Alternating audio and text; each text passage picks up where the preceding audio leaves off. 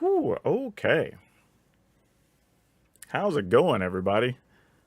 Looks like we are stumbling in here a little bit late this afternoon. I had some things to take care of, but we get to play with Dominaria cards today. This is actually pretty damn cool. And thank you for the 5 of you that are already here watching, because more of you are strolling in here slowly but surely once we get live and doing. So yeah, thanks for stopping by this afternoon, a little bit late this afternoon. I had some Happy Tuesday to you, Paul Dodd.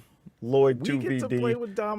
People are definitely hyped about this set. I don't blame you one bit. Like, it's actually for the super cool, to be honest. Like, watching. The more I was doing, more of you are scrolling in here slowly but surely.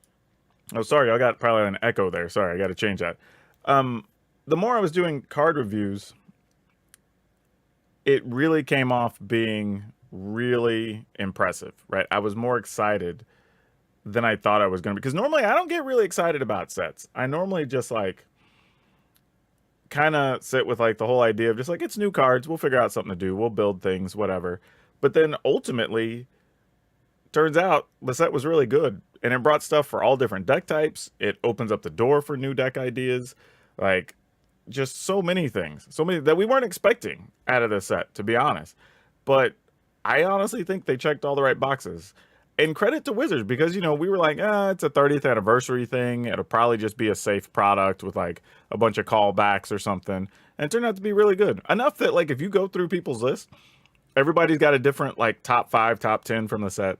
Everybody's got stuff they think is overrated, underrated, right? And that's a good thing, that there's no consensus yet on, like, oh, well, these 5 cards are the good ones and everything else sucks or whatever, right? Because it's terrible when that's the case. But in this regard, I would say everybody's going to be playing different cards. Everybody's going to be playing different decks. There's going to be a lot of arguments over, well, you should be playing this card over that card or this card. And that's really what you want, honestly. Let's see. Nurscar says, just found you. You're the man. Your rotation-proof deck's keeping me entertained now until Dominaria. Well, thank you so much for that. I've really put a lot of work into those, because the idea is this. When somebody, especially if you're just new to Magic or whatever, or maybe this is the first set rotation or standard rotation you've been part of, you can now search, come to my channel, and you can find stuff using cards that already exist. So you have a starting point for deck building. And then as the week goes on, you'll be able to find other stuff using new cards, right? And if you notice on the last few rotation-proof decks, what I decided to do is I tried to, like, as we found out more of the set being previewed, I was like, hey, and then you can look for these 2 or 3 cards to include into the deck list, right? So now you have a deck list, and you have some ideas for the, even if you don't use the exact cards I recommend, the type of cards that we would be looking for out of the new set, right? So I'm hoping that helps people too. Because the truth is, we end up not being able to, like, monetize those the same way we do the regular gameplay videos. So it's just one of those tough things, really. So I tried to go a different route this preseason and give people something different. And it seems like y'all are responding to it and watching them, so that's actually really good. So Lloyd says, love that series too. Help me really getting more competitive in arena. Well, awesome. I hope people are learning from that. So that's actually really, really good. So thank you for enjoying those and for watching those. Because honestly, I'm going to say this, and we're warming people up. We don't just hop right into the gaming sometimes there, Coleman. That we'll have that later. It's coming, I promise. But, you know, we also want to get a few people in here warmed up, chat with the folks in the community, because I don't always get to do this with y'all here on YouTube. But the biggest thing is creators stick to doing the same thing on YouTube, especially in Magic or gaming, that they already know works, right? They don't want to get outside of their lane because they know what's safe. They know that's what's going to pay the bills, right? So for somebody like me to go, okay, I'm going to do this whole series of videos. I don't even know if anybody's going to watch them or care about them or whatever. And I know I'm going to make less money per video. So I'm just putting it out there and taking a chance, right? But it's cool that y'all responded to it, and it at least ends up not being a disaster for me for, like, whatever, 4 or 5 days while y'all watch those. So that's actually really good. Yep, just started playing Magic like 4 months, still learning. Yeah, it's always a learning process, man. I wish I could tell you you're going to stop learning, but with Magic, that's kind of one of the fun things. Oh, Kel says, I just started Magic this month. Been loving it. Thanks for the visit. Well, whew, if you just started this month, boy, do I have a lot of stuff for you to watch.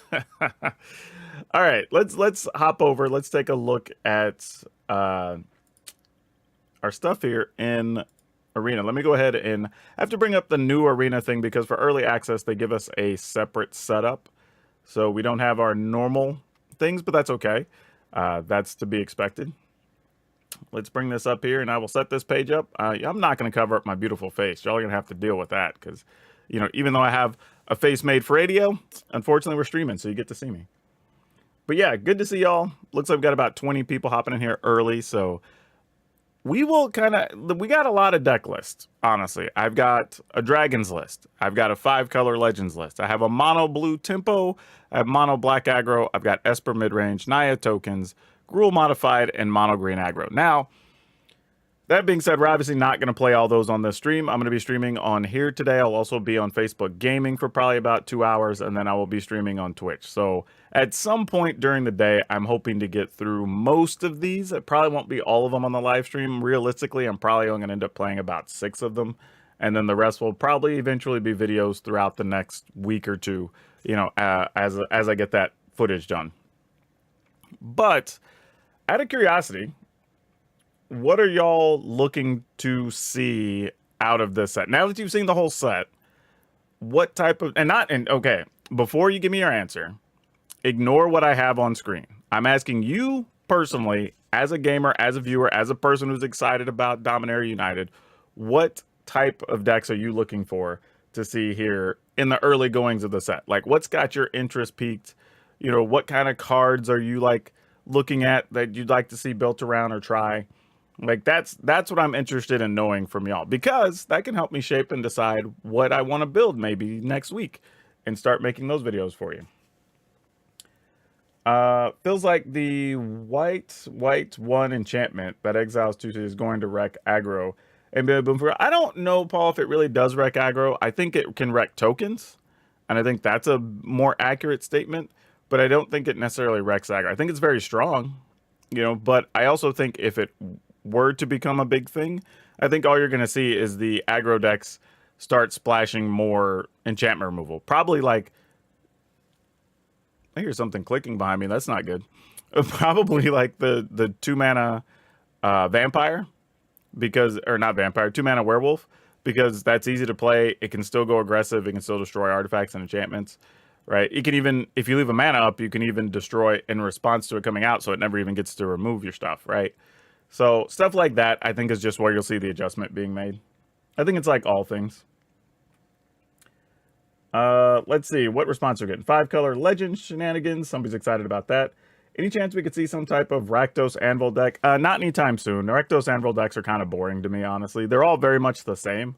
So if you already have a good list, just add 2 or 3 of the new cards that make sense. They're all going to work, and it's all going to make sense. I mean, I'll do it eventually because I know people want to see it, but there's really not a lot to learn or take away from building those because they're all going to look very similar. Like plus or minus a couple of cards, but it's mostly going to be personal preference because, you know, they're all still going to do the same thing. You're still going to be playing the Anvils. You're still going to be playing Meat Hook Massacres. You're still going to be playing the same spot removal. Like, I would say 85% of the deck is going to be the same, and then whatever new card you want to try to squeeze in there, whether it's like Legamos or whatever, anything that makes tokens or has stuff dying and triggers. So not that it's a bad deck. Just because I don't enjoy playing it, don't get me wrong, doesn't mean it's a bad deck. It just means it's kind of just repetitive and does what it does, so it's just less interesting for me. Something Rakdos, something with the new dragons. That's fair. 5-color Joda, sure. Popping on a break. Well, thank you, Dry Bones. Don't be too late back to work, though. All right. So there seems to be a little bit of love for the 5-color Legends, so we may try that. I'm personally kind of interested and invested in the mono green and the Gruul modified because there's a couple of new cards I sort of want to give some thought to in those decks.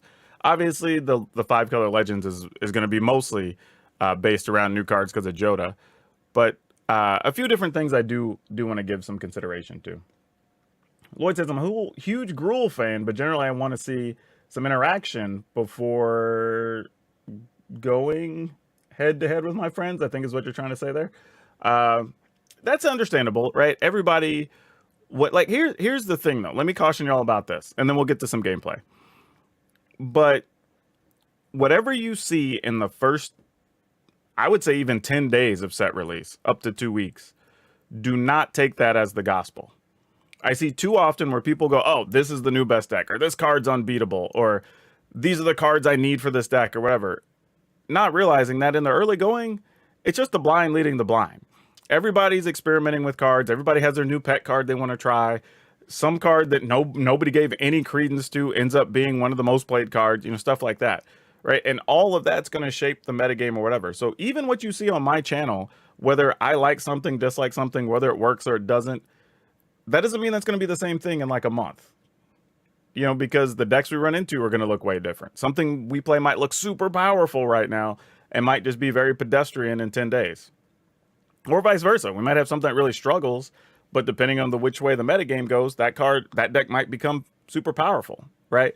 So you have to really, really take that into consideration. I always tell people, when you're watching gameplay videos from me or any other creator or whatever, look at the context of the games. Don't look at wins and losses. That's honestly, wins and losses aren't even all that important, right? Because you should be able to watch with your own eyes and thoughts and understand why a deck is winning or losing. Because I've even built decks based on watching somebody else's videos where they lost. And I went, oh, well, you know what? If I change these 3 or 4 cards, this solves some of the problems in that deck, and boom, now it's a deck that's really good, right? So just because a thing doesn't win doesn't mean it won't win for you, or that you can't make changes and make it. And the same thing, if a deck is dominant, doesn't also mean that when you pick it up, it's going to be dominant. Hell, I've had decks that have done very well in my videos, and I've said in the videos, the deck's probably overperformed. Or I got lucky in these 2 or 3 matchups, so those probably should have been losses, or whatever. But people will still take them and be like, I don't understand how you beat all this and whatever, and I just went like 5-3 or whatever, which 5-3 is still more than fine. But, I'm like, well, yeah, I told you in the video it wasn't going to go undefeated. You know what I mean? Like, that happens. So, and sometimes just get lucky. It's just different matchups. It's different opponents. It's different skill levels. Like, all types of things can affect wins and losses. So I tell people, analyze what you're watching. Listen to what the creators are saying and the takeaways more than just whether a thing won or lost. I think that's one of the biggest mistakes people make when they're watching gameplay videos. I'm scared to go beyond 2 colors. Hey, if it's safe for you to say 2 colors, then say 2 colors. That's totally fine. Your vote goes to the 5-color Legends. That's what Carr says. Legends is the most interesting thing to me. Okay, fair enough. We'll play the 5-color Legends if that's like the 7th person who's mentioned it. I want to make the Joda deck. Okay, we'll make that 8 people. All right. The people have spoken. We are going to play the 5-color Legends deck. I don't know. Like, honest, y'all, I'm going to be real with y'all. This deck might be straight garbage. All these decks are test decks. We have nothing to base anything on at all. Like, these are literally going to be the first. I've played 0. We built the decks. We put them into the deck, into Aether Hub where I was storing them. And then I downloaded them to put into Arena literally like minutes before I started streaming. So this is what we got. All right. So starting this out, blue black control. I'm probably going to be playing neither control decks on streams during the early access event. No, I might have a single deck that even comes close to qualifying as control for the early access stuff.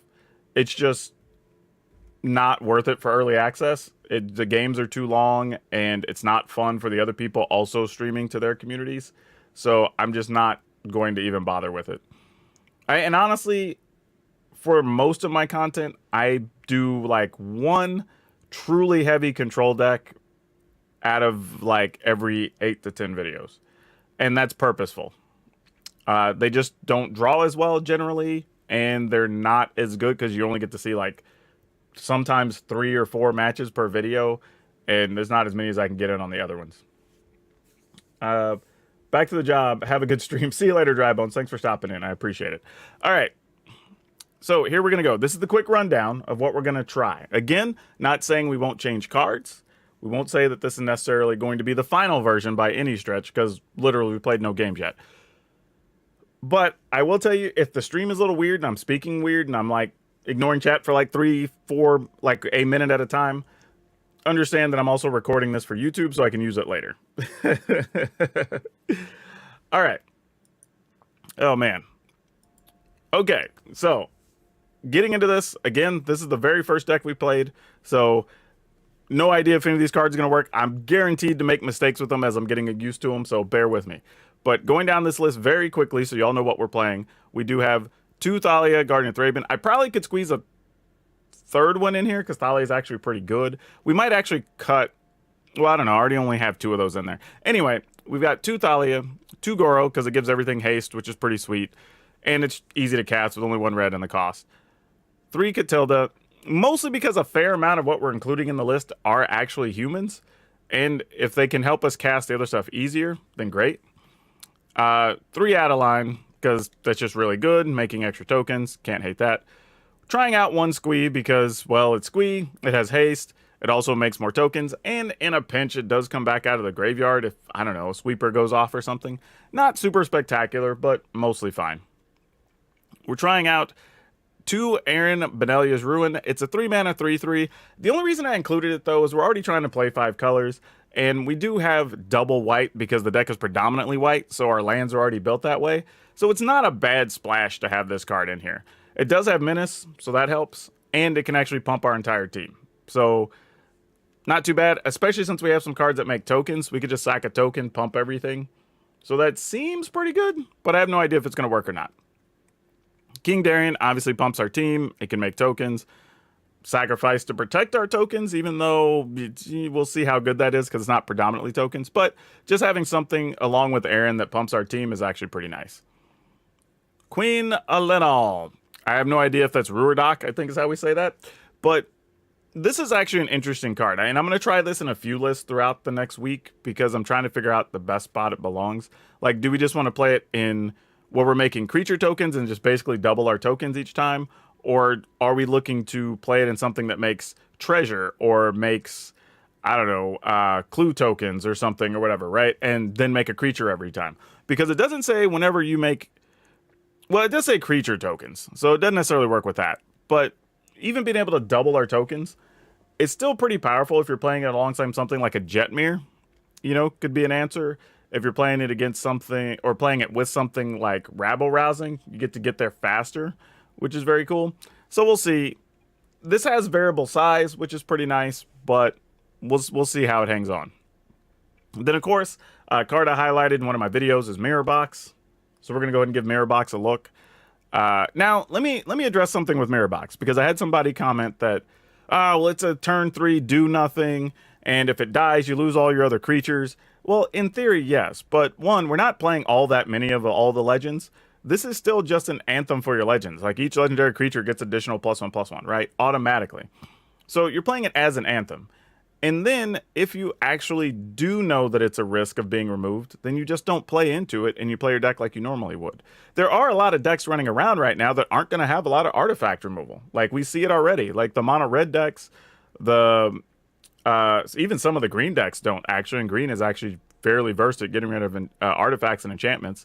The Boros aggro decks aren't playing any, right? So there's a bunch of decks where you could play this and not have it removed. So just something to think about as we move forward. Relic of Legends, this is a 3-mana thing, but it lets us get mana of any color. We could also tap Legends to get other stuff. So mostly this is making it easier for us to just cast our spells. Nothing fancy. Our bigger stuff is going to be a little bit cheaper because of this. We do also have Wandering Emperors. Pseudo removal is really kind of why it's here, but getting to pump our team is fine. And this is Ratadrabic of Urborg. This is probably the best reason to try Legend. Maybe the second best reason. The next card we're going to talk about is probably the best reason. But this card's really cool. Basically, every time a legend dies, it comes back as a 2/2 zombie, but still has all of its other abilities in addition to being a zombie, which is pretty damn cool. So it basically means, in context of a Mirror Box, for example, you don't even care if your stuff dies because Ratadrab is going to bring everything back. So you get multiples of all your stuff, and if they die, you get other benefits. That's actually really cool. And then, of course, we have Joda, the Unifier. Basically, what Joda says is he has an ability that gives all of your stuff like Coat of Arms, if you know that old card. Basically, for every legend in play, your legends get an additional +1/+1, which is pretty ridiculous. And I'd assume if it sticks and you have like 3 or 4 other dudes, the game ends pretty fast. But we'll find out. Don't really know. He is also a 5/5, so he's just kind of a baller by himself. if nothing else. It also has the ability, it says, whenever you cast a legendary spell from your hand, exile cards from the top of your library until you exile a non-legendary card with lesser mana value, you may cast that card without paying its cost, blah, blah. So, obviously, we're loaded up with legends. So, we don't have a lot of things to target outside of that. However, we are able to get like a mirror box. We are able to get Relic of Legends. We can't really get Wandering Emperor because that's legendary, right? So we have only a handful of targets we can really hit with this, but hitting a mirror box could also just be that more icing on the cake, which could help out too. And then, I'm not going to lie, this is an idea I got from Yeoman 5, actually, was playing Storm the Festival. And it kind of makes sense because in a way, it's kind of like giving you a shot at 3 more shots at getting Joda. So as long as you can produce enough green mana, this card could actually let you boost up your team or find a Ratadrabix, right? On a turn before you think you might get your board swept or something like that. Could also be beneficial. And since we have stuff like Relic of Legends, we have Catildas, like it is possible we could cast this fairly easily. So we'll see. Lands obviously are kind of all over the place. So we've got Naiganjo, 2 Attica Waste, 2 Cave of Kolos, 2 Carplusian Forest, 2 Sundown Pass, 4 Overgrown Farmland, 3 Yavimaya Coast, 1 Xander's Lounge, 3 Jetmir's Garden, 4 Plaza of Heroes. Because, of course, you're playing Plaza of Heroes, because why not? Everything's legendary. And, randomly, Plaza of Heroes is not legendary. So that's actually kind of cool to note. But anyway, all right, that's the deck. We're going to go play some games. Y'all know the drills. Let's go have some fun. What's going on here? Okay, so Mike's... Oh, hey, what's up, everyone? Hey, Jonathan. Thanks for being a supporter, by the way, with your little footprint. With as many removal enchantments floating around, along with the lockdown as being mass removal enchantment, I'm probably going to start main decking some enchantment. Yeah, we were talking about that earlier. Some people might. Does Ratadrabix work with itself without Mirror Box? Yes, actually. The way it works is the second one will come out, it will die, or either one of them will die, because you only keep one to the legend rule. But then it comes back as the 2/2 legend, or 2/2 zombie that no longer counts as legend. So you actually end up with 2 Ratadrabix, which then means if something else dies, you actually get 2 triggers. So you get 2 additional legends zombies of whatever. And then the cute part about that is, if something then in turn kills your actual first Ratadrabix, it will get to come back because you have another one in play that says, hey, you're a legend that died, you get to come back as a zombie. So it's actually pretty crazy. Yeah, no Rith in this one. I considered it, but I have a whole different dragon deck to play Rith. No Rith in this one. But thanks for the $5 super chat there, Paul. How am I liking the new set so far? On paper, it seems great. I've played 0 games with it. We're about to go hop in. All right, let's go see if we can find some opponents with this thing. And I hope I don't run out of, like, save space. I may have to pause and delete some space on this drive later. But for now, let's play some games. Let's start with the 5-color Legends deck and see what happens. Because I have no idea. This could be a straight disaster. Oh my gosh, what's happening with my stream? There we go. Thought we lost you for a second. Thoughts on having a few negates for protection? Pfft, I'm not interested in that. That's not what we're doing. We're just going big. We don't have negates. We have Ratadrabix. So if our stuff dies.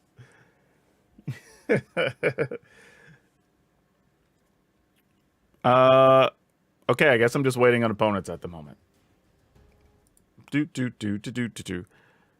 I know how I'll get opponents to show up. I'm going to pause my recording. And then opponents will show up. See? Told you. Told you. The minute I was like, let me click this button. That's how it works with everything in life, right? You're waiting on something and it never happens. And then you're like, let me go start dinner. And then immediately your phone rings, right? Okay, we are going to keep this. We are able to produce multiple colors that we need. We only have 1 green for the Storm the Festival, though we can get another green from this with Darien down. So yeah, let's keep it. This is nice. I'm into it. Let's go ahead and play this because it comes into play tapped. And we're not doing anything else with this. Probably obviously just going to start with Goro Goro. I think the question just becomes if it's actually better for... Actually, no, it's still better with Adeline on 3 because we could possibly get an attack in and get a token. Yeah, let's just go for it. Hey, we don't have to dedicate whether we're taking land or not from these. Thank you, programmers, for having this work correctly. Like, if you have the other land, it automatically knows just tap this for colorless. Ah, dang it. Well, now I have to play Darien or we can't really attack, so that sort of sucks. All right. Kind of got to do it. Otherwise, like, we could have played Adeline, but we wouldn't have got anything out of it. Even now, they could probably remove our Darien, and then we're back to having to play the other Darien next turn. Hey, 70 grade. Lagrella, no! Well, they're going to remove Darien, obviously. Yeah, that's fine. I was thinking I was going to, like, exile it, but whatever. Okay, well, I guess we're back to playing another Darien. Not my preferred option, but is what it is. Though, interesting now, if something happens and we can get an untapped land, we could actually play Adeline and give it haste, and that could be pretty sweet.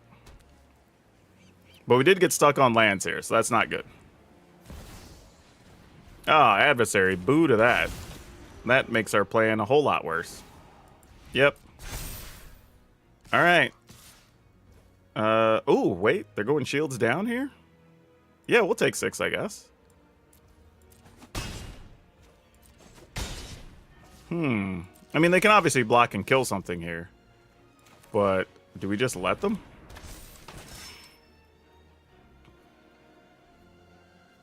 I mean, we don't necessarily want to attack with Darien into that, because that shrinks our team. But at the same time, is it worth it?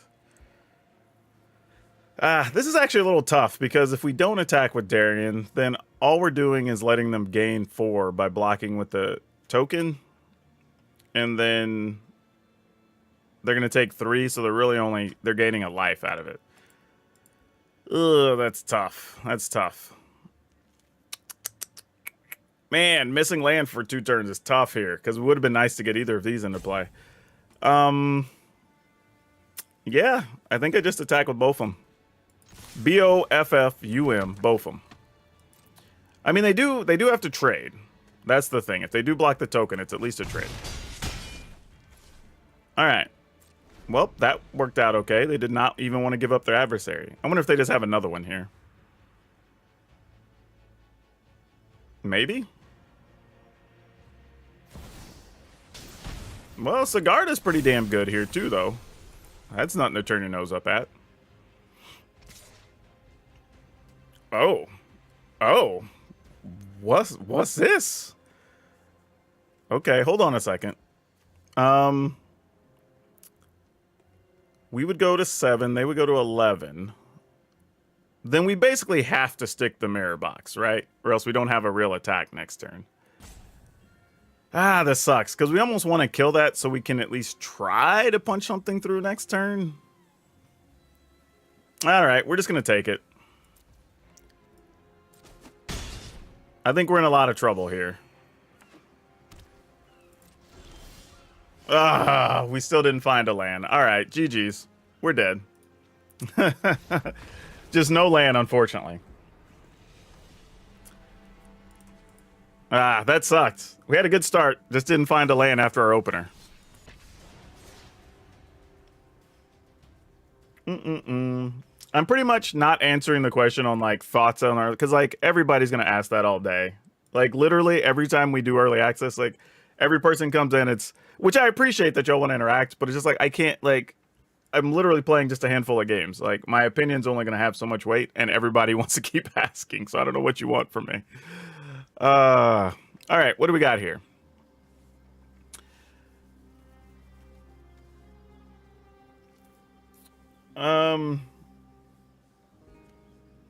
Golly, man, that last game, had we just drawn a land, would have been good. Okay, what do we do? But this is a mulligan. We can't not do anything till turn 3, so that's not reasonable. We'll keep this, scrap this, and be ready to go. Ooh, we got a Joda. And we have multiple lands, so if we can get 2 more, maybe we can cast it. Just gonna go for Goro into King Darien here. I think is the plan. Man, Plaza of Heroes is so good in this deck, honestly. Like, just looking at my hand and not having to care about colored pips and being like, nah, we got you, fam. Oh, that's annoying.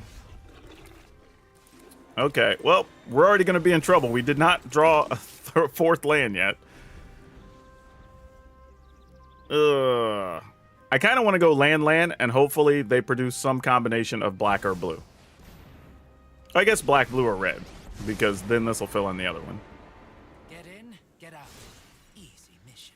Wow, they are not even attacking first with Rafine. There's no secret I can't uncover. Whoa, what's going on?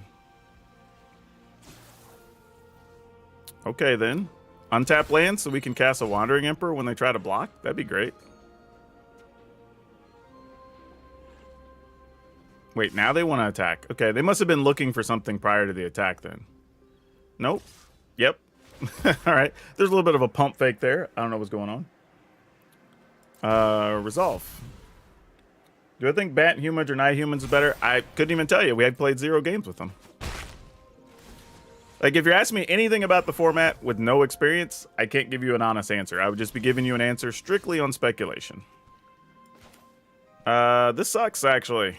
This comes into play tapped. Why were you not untapped? All right, well, we got to do the only thing we can do here. In the turn.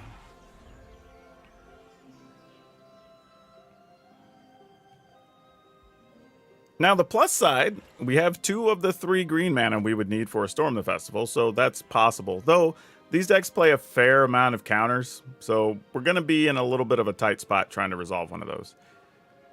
The best thing that could probably happen would be for us to get an untapped land, try to play this on their turn, targeting Rafine, end up probably getting it countered, but then have the door open for a Storm the Festival. If we get like, that's a lot of like what ifs, but that's at least a line that makes sense that we might be able to pull off.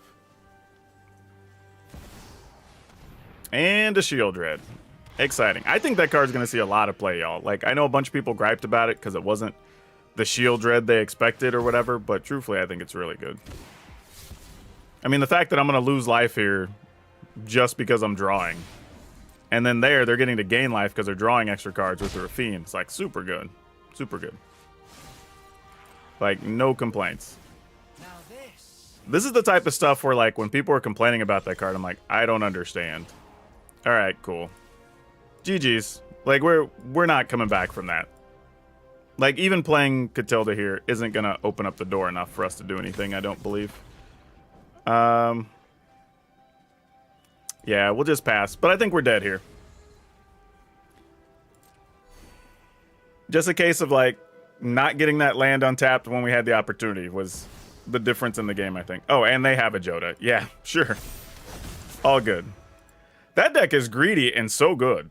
Like, good for them. They hit all their spots. Yeah, I'm just not even going to block. I'm just going to let them kill us. Just attack, opponent. I'm not interested in blocking here. Put us away. That's lethal. Do I have Yamaya Iconoclast find a place? In Gruul Modified, it doesn't get a counter. It just gets +1/+1 until end of turn. Wait, they couldn't kill us there? Oh, they discarded a non...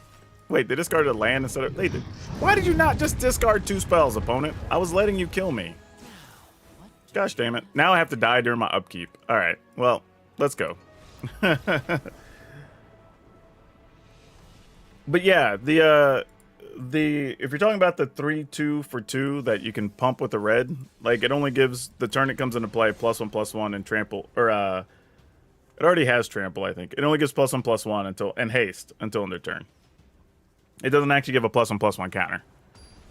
So my suggestion is probably, and I think I have a build already, would still be to play the Quirion Beastcaller and probably Gala Greeters. Those are going to be better 2-drops for you. Mostly because they get +1/+1 counters, but they also grow every turn. Man, opponent's going first, but yeah, we're still keeping this.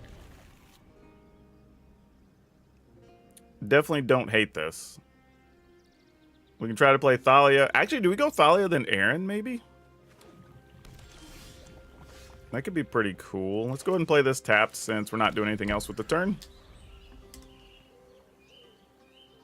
This is going to be a Rakdos Sacrifice deck, isn't it? Yep, it sure is.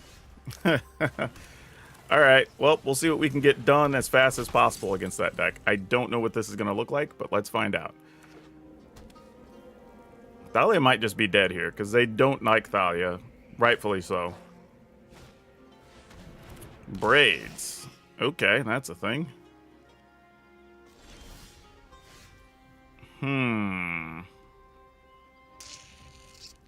Well, there's not too much we can do here, really, all things considered. So,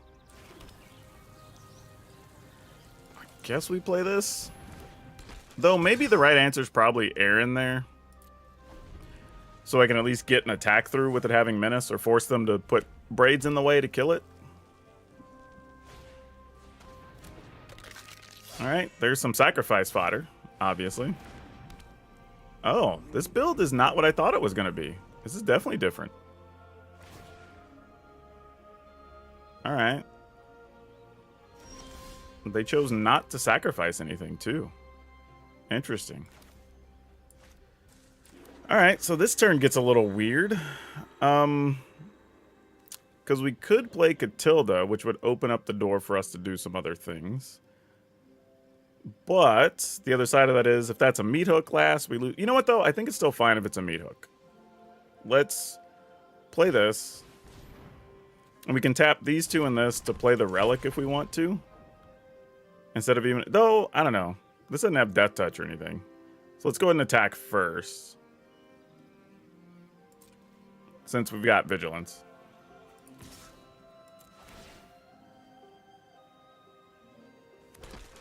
I mean, they can obviously block the 1/1. They may not, though, depending on how important Braids is to their plan. Yeah, exactly. So that actually worked out pretty well. And then we'll go ahead and just play this. So now we're set up a bunch of different ways for Storm the Festival, or to put counters on things with Catilda. Mirror Box. Everybody's doing some Mirror Box Joda shenanigans. I'm into it. I mean, if they attack, we're not blocking. I just let you know, opponent, that's not going to be a thing for us.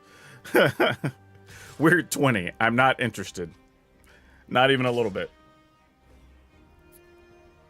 Yeah, no blocks. I'm going to eat the whole 6.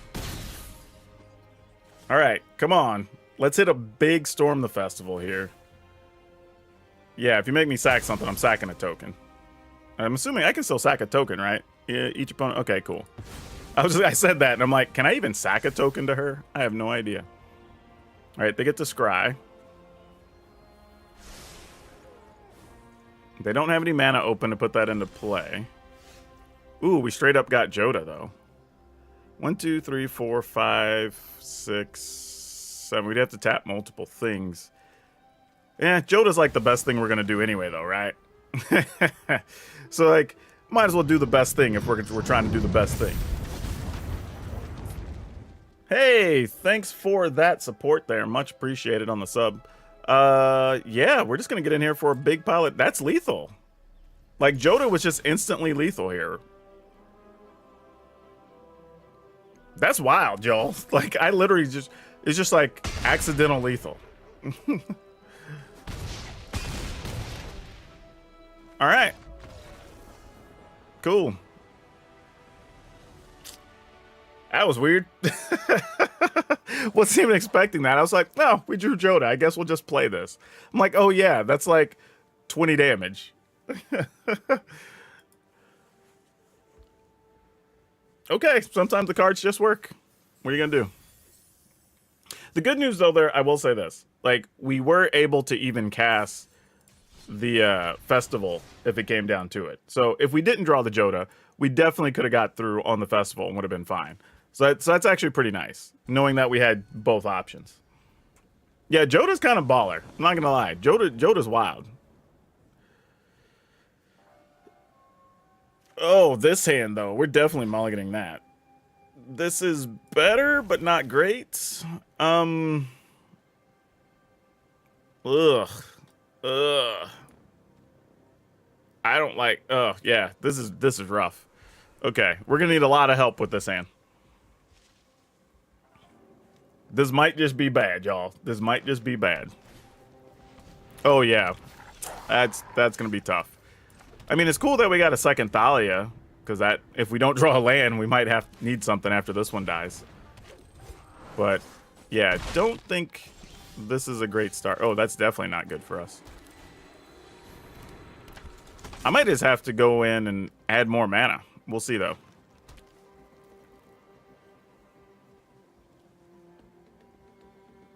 I mean, kill Thalia is probably the right answer. Or just do that and attack with that. That's good, too.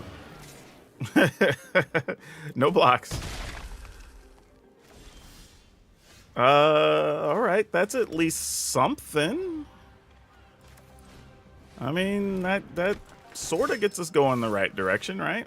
I mean, I'm not blocking anything with that, so I might as well. Though, I don't know, maybe I'm supposed to still just save and block. Because I'm probably not blocking with Adeline here either. And then just play the replacement Thalia next turn. Oh, well, it's getting fought and killed anyway, so it doesn't even matter. Yeah. Alright, cool. GG's. Our hand did a whole lot of nothing. Oh, okay, sure. Why not? We're dead just the same. There's nothing we're going to play this turn that I think is going to change this outcome. Nah. We're dead. Alright. Died rightfully so.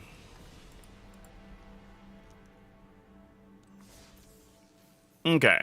Let me go in. I'm actually just going to add a 61st land, just because that seems to be a consistent problem here. Question is, what land should it be? I'm going to make it a... probably a Caves of Kolos, I think is what I'm going to do. All right. Just so it's another untapped land. There's such a thing as too many pain lands in aggro deck. Yes. Yes, there is.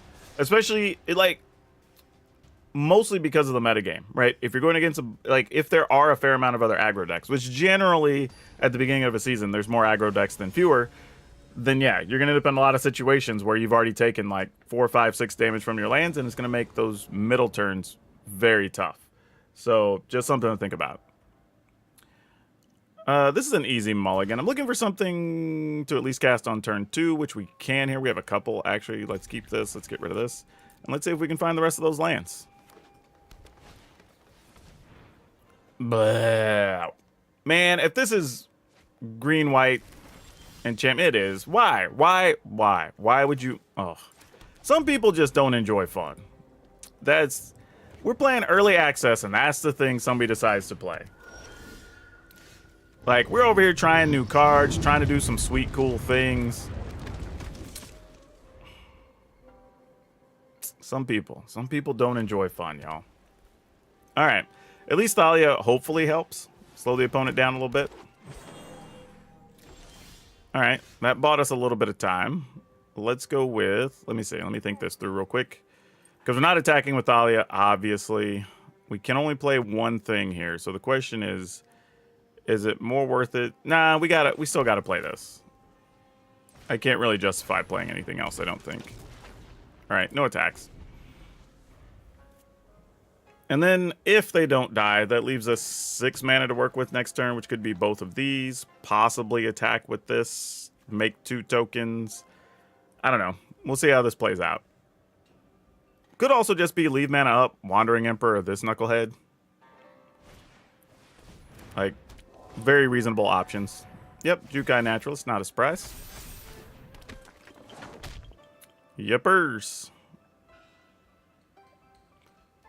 Opponent, you're not attacking for 3 there? Why no attacks? I mean, really, I wasn't going to block. Even if I did, you would trade 2 for 1. That would still be good. If I play the Relic, it only leaves me 3... Well, yeah, it only leaves me 3 mana available, so that wouldn't be good enough. So it's either... Yeah, we can't even justify doing that. We have to stick with the Wandering Emperor play here, I think. Alright. As much as I like some of the other options, they don't really do enough. Though, this would have been a, 3/3, 4/4, so would have been reasonable. Oh, we're gonna do some fight rigging shenanigans. Okay, well that's a thing. All right. I'm trying to figure out why this Loam Speaker is even in that deck. It's just, this is just like the current standard version of the deck. I'm not sure what they're really working on here. Okay, that gets to be bigger, sure. Don't disagree. We'll get rid of one of those, and then that also negates... Oh, no! To me. What? Oh, gosh. What the hell? Ah, I must have misclicked or something. Well, that sucks. Well, that's a real problem right now. Well, I still got to exile one of these. I'll just lose my Wandering Emperor. That sucks. Okay, well, that happened. Now let's figure out what we can do from here. We play this, it's going to be a 4/4. We could still play... Oh, we wouldn't be able to play Squee. Unless we had this in play.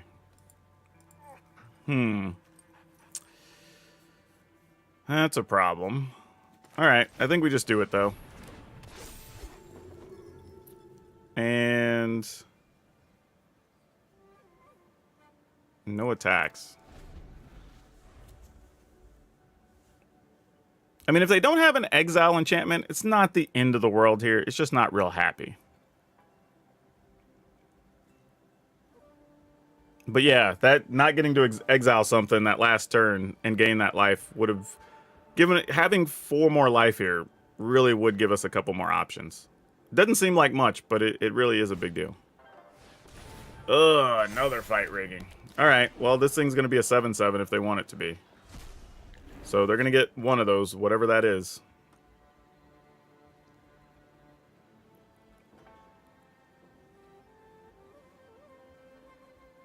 I mean, it's just pick which one you want to resolve to be the one that gets to trigger. That's all. Yep. Yep. How bad is it? Oh, that's could have been a lot worse. I mean, you know, 8/8's still an 8/8, but... All right, that had potential to be significantly worse than it was. So we'll take that as a positive. Okay.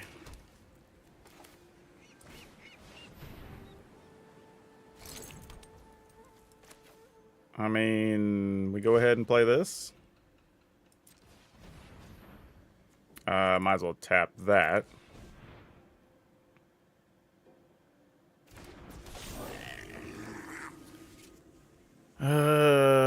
We could tap that for one, tap 2 other things, and we could play this. That doesn't really do much, though.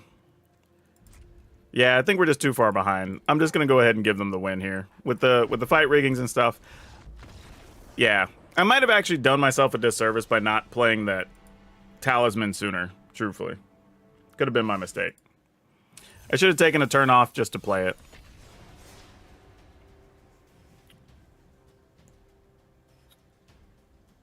But yeah, we're just starting out, trying out today. Like, just... There will not be a Naya... Like, I don't know. I can't tell you what all decks we're going to play today. Like, it depends on how the day goes. Oh. Oh, I gotta make sure all my stuff's set up. This, however, is a pretty easy mulligan. Don't think there's any question here. Oh, no. You know what? I'm going to keep it, though. I'm going to keep this... And we're gonna draw our way out of this. I'm gonna will it to happen. We're gonna draw one of our 2 mana things off the top. Okay, I lied. I thought we could have, but apparently we can't. Okay. Another little duder. Pump this one to a 2/2. Makes sense. Wow, deck, really? All right, let's go with this. Oh, we can't play that one yet. Wait, can we? Yeah, we have to take some damage, but yeah, whatever. Cost of doing business.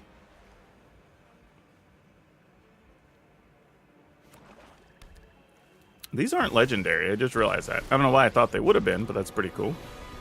Those who get in my way tend to Yep, sounds good. Haven't you ever heard of personal space? Oh my gosh. All right.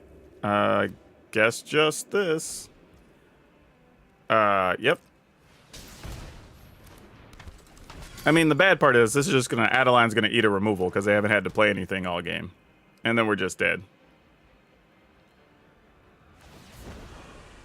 Yeah, don't have a problem discarding here. Let me tell you.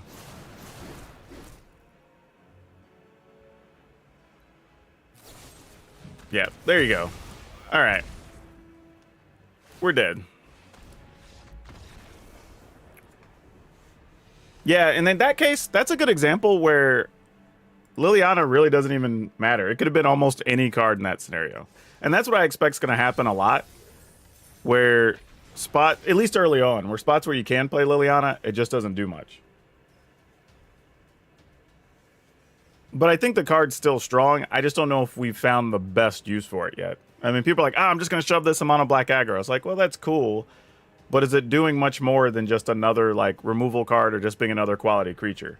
You know, now if you're playing against the control matchups, I think really getting them to discard or whatever could be very powerful, especially once you've emptied your hand. I think in those situations it's going to be great. We'll keep this. This is a normal looking hand. Guess it doesn't really matter which of these we play first. Looking at the rest of our hand. All right. Oh, okay. Well, we're just going to roll out Catilda here. And then probably... Oh, what is this guy? Add 1 mana of any color. Target land... Oh, it's just the alternate art of the Loam Speaker. Got it. I kind of want to get Ratadrabix into play, but I'm just trying to decide if I want to do that or if I want to... Yeah, you know what? Let's start setting that up. Plus, we kind of have to look at Joda and say, like, hey, Joda's close to being on deck, so we kind of have to consider that as well. No attacks. The other trade-off is, though, if I would have played this and Catilda lives, I guess we can do it anyway next turn. I was thinking we'd be able to play Queen Elenil, but there's nothing really stopping us from doing that now. Why did you leave mana open there and not do anything, opponent? That's a little suspect. I'm going to go with this. Okay. I'm tempted to attack, but this feels too much like a Wandering Emperor's over there, and knowing that we could do this later, I'm just going to let it ride. And if they psyched us out, and they just go digging for cards or something, so be it. Nope, they had it. It would have been a trap. But we didn't fall for it that time. Yeah, it's fine. Get rid of that. Like, totally accepting. Ren in 7. Alright. We're going to make a 4-4, which is going to be a 5-5. Understandable. Remember your training. Ooh, that's not bad either. But we're going to try to go ridiculous. And we're going to go after a Wandering Emperor, I suppose.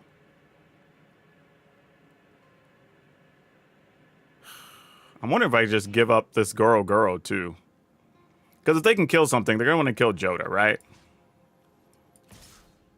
I would think. And if we want to make sure Planeswalker dies, we have to double attack here. Yeah, fair enough. Joda may not be long for this world, but we'll see. I mean, they have access to a lot of mana here. They could even... Oh, that's Path to the Festival. Okay. Yep, that's what I was thinking. Storm the Festival is a good one here. Hopefully they don't hit anything too insane. Scry 4. Well, they could skip to whatever they want. Play a Planeswalker. Play another Planeswalker. Okay. I see what we're doing. They're just playing Super Friends. Interesting, though, that these aren't the scariest things they could have played. So we do get shots at Planeswalkers here. Interesting. Well, That's a card, isn't it? Oh, then what do we do here? Because that's going to exile things. Man, why is Farewell such a damn good card? So now I'm trying to figure out how do we maximize killing planeswalkers here.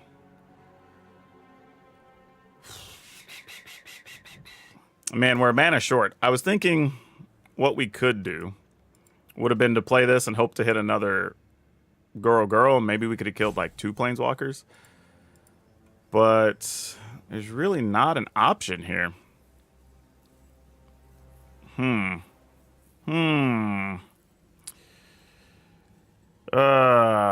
Just don't think we have a good choice. I think we just pick which planeswalker's worth killing here. And sadly, I think it probably has to be a Johnny. Just because I don't know if we could recover. Well, I don't know. Their hand's kind of light, but they're going to be able to cast Storm the Festivals pretty quick, too. This is all bad. All bad. And it doesn't even benefit us to play anything knowing that's on top of the library. Golly.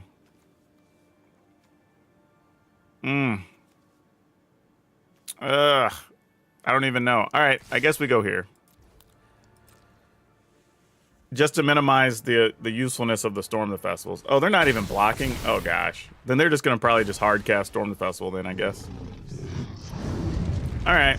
Well, then we did have... If they're not even worried about trying to pick playing, we know we're done. like, we know we're dead.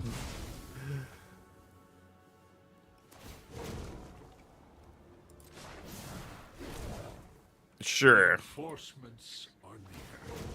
I will return. Yeah, exactly. Like, what are we gonna do? There's nothing there. Ranks are unending. You cannot All right, resist. GG, you got us, opponent. This is your fight. Win it. We're now racing against. Well, maybe not. But it's tight. We're racing against the poison counters now. Show 'em what you got. This is gonna be a real problem. Storm of the Festival is not going to help our cause. Ugh. Well done. Well done. The will of the woods is made manifest. Yep. We have allies. Did we not? Did he not go ultimate? Okay, there we go. Now we're getting the things. Oh, I guess because they put them into play. They didn't cast them. Yeah, that makes sense.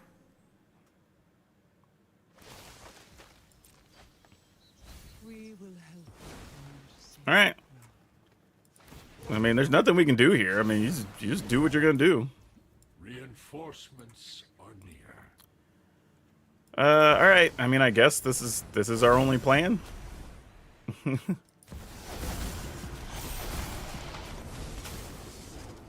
Make it 2-2. Started this fight, but I'm going to end it. Actually, wait. 1, 2, 3, 4, 5, 6, 7, 8, 9. They have a land as 10. So if we get rid of this, that actually does matter. I guess we'll still just make it 2-2 now, so we can attack with it first, and then we'll just get rid of that. May your Oh, Squee, hold up. Hold up, hold up. Squee actually... Wait a minute. Wait a minute. Can we pull this off? We actually can't get rid of a creature here. I mean, we can, but it's a tap creature, so they still have a blocker. But if we play Squee, that actually increases the power of all of these. And this also has Menace. Whew, I was not expecting to draw that. This actually changes things. Ratted Rabbits doesn't do enough, I don't think, because the opponent won't be able to trade effectively and block, so I'm not worried about that. Unless they want to double block Aaron, which, you know, if they do, whatever. We don't really care. All right, I guess this is what we're doing. Actually, if I'm going to do that, I might as well play this and then cast Squee. And then we can try to Storm the Festival or something next turn. Oh, we scored a Goro. Oh, wait a minute. Okay, wait. If they block our two biggest things, that's 12. We'll take 8, 15, 7. Oh, that's it. Wow. Did we just luck into a win here?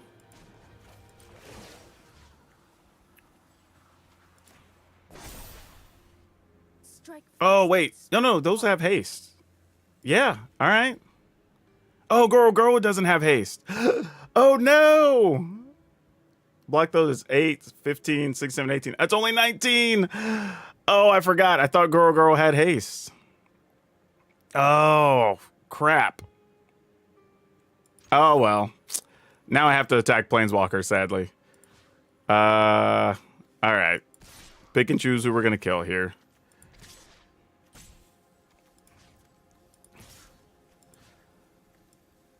Sure. All right. Those are going there.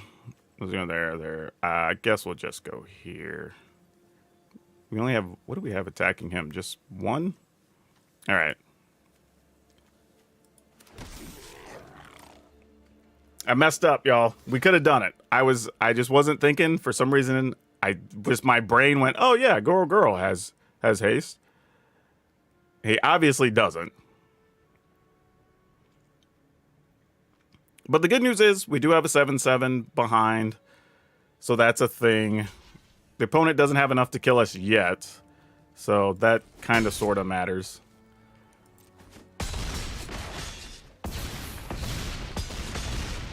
All right. The enemies of perfection. We're going to get so punished for that mistake, too. Dang it. Dang it. I feel so bad now. Because the funny thing is, had we not played the Relic to play Squee, we could have just played Squee, and then we could have given everything haste, and that would have been huge. But I just goofballed it.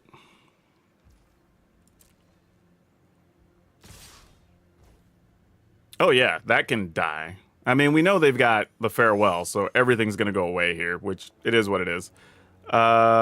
Sure. I don't even think it matters blocking something, but I guess in case it does. And I'm doing this just because if there's a board sweeper, we at least remove the shield if they have something that's not Farewell. Because otherwise they could have like Farewelled, kept their thing, or done the other sweeper, kept a creature and whatever. Oh, that's so bad. We had lethal and just, oh, we let it get away, y'all. Let it get away. That just hurts me so bad inside. You have no idea. Okay, we drew a green source, so that helps. Oh. I guess we go this and this. I mean, we at least make these cost a little bit more. So that's something.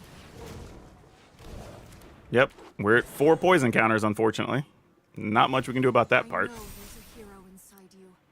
They give that first strike? All right, we're at 6. So we have T minus 1 turn till death is pretty much what this is. Future looks bright for one of us. And I'm assuming that card's going to put us even closer. All right, we'll go with Ratadrabix because what else are we going to do? And I can't see a way we get out of this, so get rid of that. This is hardly my worst defeat. 2, 4, 6, 7. There's really no way we're going to get to casting this, even if that dies. Yeah, there's just no way we're going to survive this, right? 1, 2, 3, 4, 5, 6, 7, 8, 9, 10. They need 11. Trying to think of how we get out of this. I'm assuming it probably involves another Joda. Okay, that should do us in. Anyone who harms my people Yeah. must contend with me. That's probably gonna do it. Let's do this together. Yep.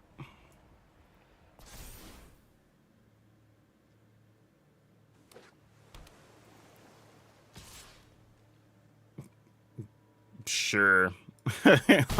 like, do we really care? Like, yeah, this is too little, too late. I think on this bad boy, it's not gonna do quite enough. Yep. And they now have the requisite number of lands, right? 4, 5, 6, 7, 8, 9, 10, 11. Yeah. All right. GG's. We're dead. Just that misplay killed us. That would have been such a good win too, with them doing everything they were trying to do.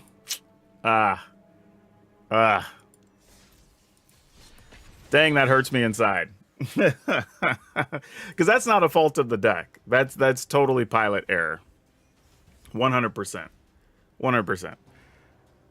And honestly, that's forgetting what Joda did, right? Because if I'd have thought about it, I could only really hit Goro Goro or something else beneficial there.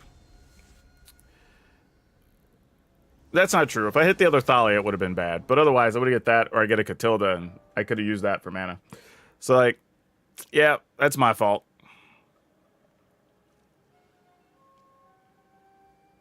All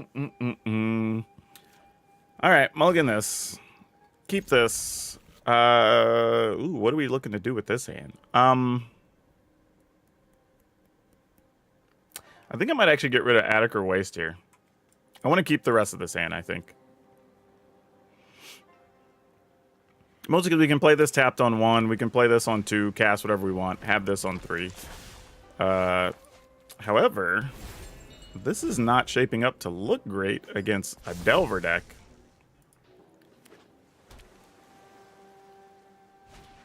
I was about to say a lot of this is probably just going to come down to, do they just stop an early Thalia? The answer might be yes. And if they do, we could be in a world of hurt.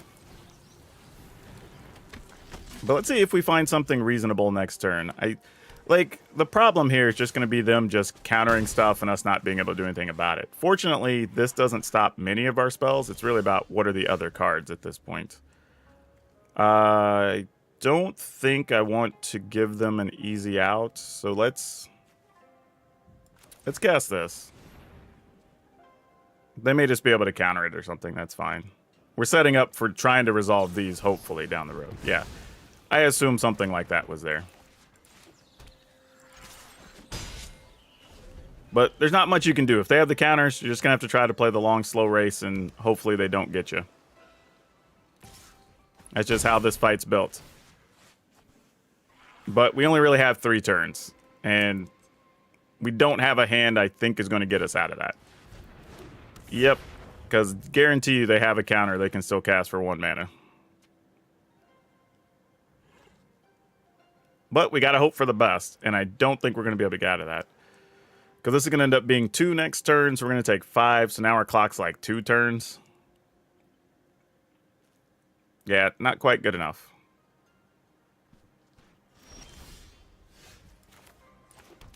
Yep. I think we sadly go with this.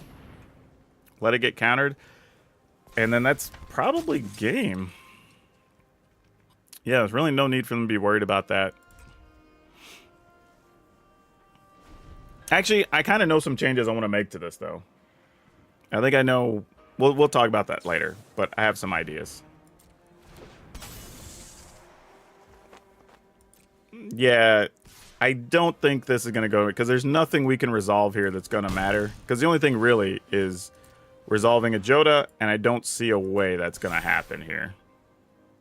And even then, Joda gives us maybe... Well, no, actually, as soon as something gets countered, they've got 6 in the air, 8 in the air, right? 3, 4, 5, 6, 7. Oh, they'd be 1 short, I guess. All right, this kind of helps. Maybe? Sort of? I mean, sad, I wanted to play it as land and try to cast Joda, but we know that's just a death sentence. So, no point in even bothering with that.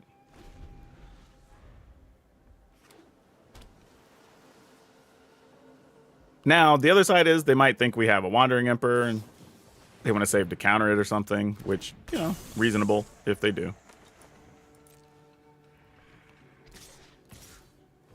Okay, let's try to kill this. Oh, I totally forgot. That was only going to cost 1. I could have played Aaron that turn, too.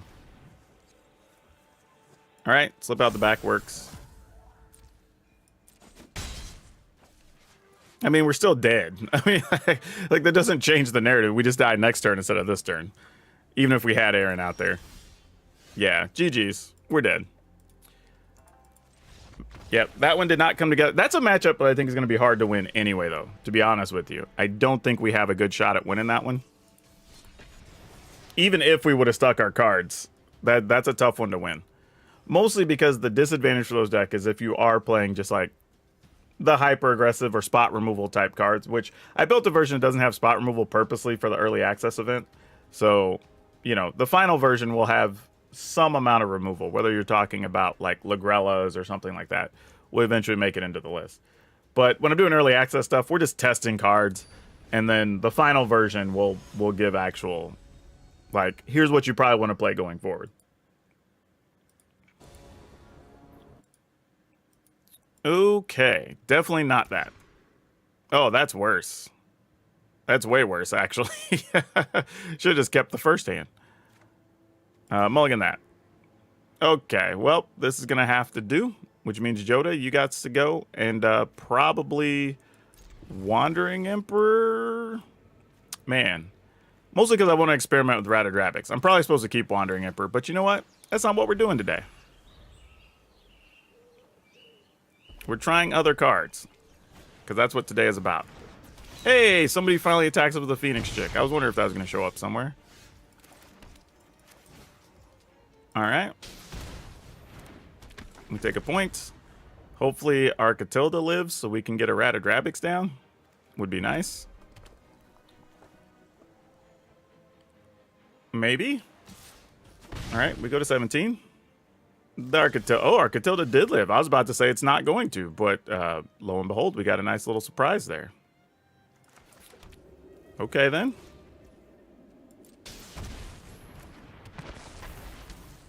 Not what I was expecting.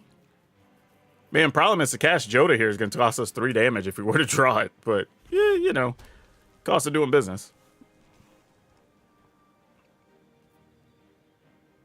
Uh-oh, what are we doing? Reckless Stormseeker. All right.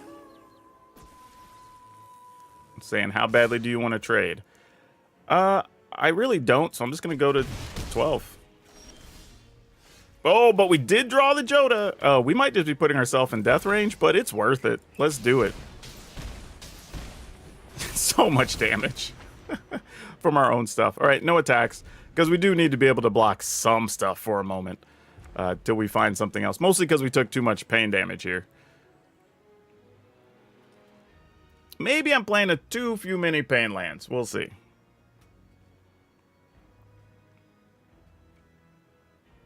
The good news is, though, if Joda dies, it does come back as another Joda, which still pumps up our team. So that's pretty sweet. Oh, Jaya. Nice. You know what's happened to all my enemies? They're toast. Also, by the way, Catilda can block werewolves infinitely. So that's kind of important, too. Has protection from werewolves. Taught All right. them everything they know. We're only at 9, and they have 3 cards with 4 mana, so we do have to keep that in mind. We could be dead pretty quickly if we're not careful. That's going to put us at 6, but does give us some pretty sizable bodies. And an extra body. Nice. All right, so if we attack the opponent here, how do we die? They block our 2 biggest things. They take 16. That would not kill them. Man. Taking a point going to 6 is even more dangerous, so we don't necessarily want to do that. I'm just thinking, if they play... Does this do any damage? Okay, this doesn't do damage on its own, right? So, if they played... What's the scariest thing they could play next turn and kill us if they have a land? They could make a 4-power dragon, so that would be 6, or be 4, 5. We wouldn't be dead. If they played Thundering Raiju, we take 3, 4, 5. We're still not dead there. But if they have a burn spell on top of it, that could be bad. But that's a lot of what ifs. Man, do we just go for... Actually, you know what? We could sack Darien to get another token to have a blocker. So I'm down, actually. Okay, random, but let's do it. Oh, I had... No! Arena, no! Oh, why did it not ask me if I wanted to take a point? Why, Arena? Really? Really? Oh, all that plotting. Gosh, dang it. You're kidding. That hurts me to no end. Like, you have no idea. I mean, at least this has vigilance, so whatever. Oh my gosh.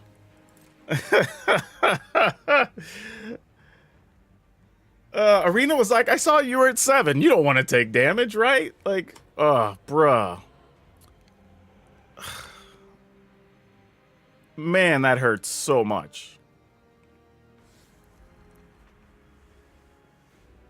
Man, the whole point was so we attack with them, so they have to block with their other thing or die here. Then they have to top deck something else. Oh, gosh. Man, that sucks. I mean, I think we're still in an okay spot, but that... Oh, man. Oh. Alright, cool. Let's see what they draw here. Like I said, we can produce a second blocker by sacrificing King Darien Extra Large, so that's fine. You're no match for my students. But my goodness. Alright, what are we doing here?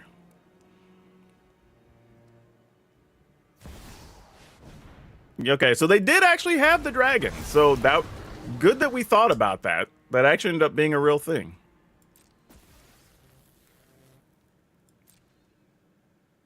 But this is what I'm saying. Had we made them block with the Stormseeker, they would only had 5 instead of 6 here, had we taken that point, which is what we were calculating before.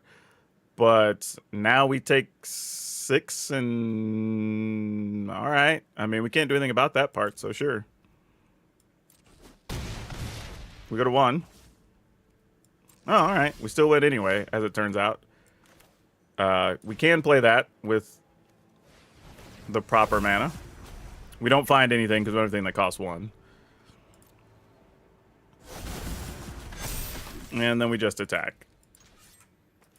All right. Well, that worked out anyway, despite Arena trying to sabotage us.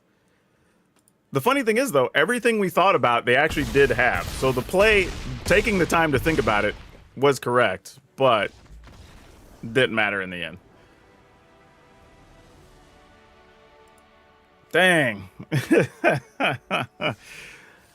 Goodness. Yep. We might have to start actually just manually tapping lands again till the auto tapper figures out. Like, it honestly, it needs to give you a choice of saying, like, hey, do you want to take damage or not? And then it can either choose to do it or you manually tap them or however they want to resolve that. But, like, that almost lost the game.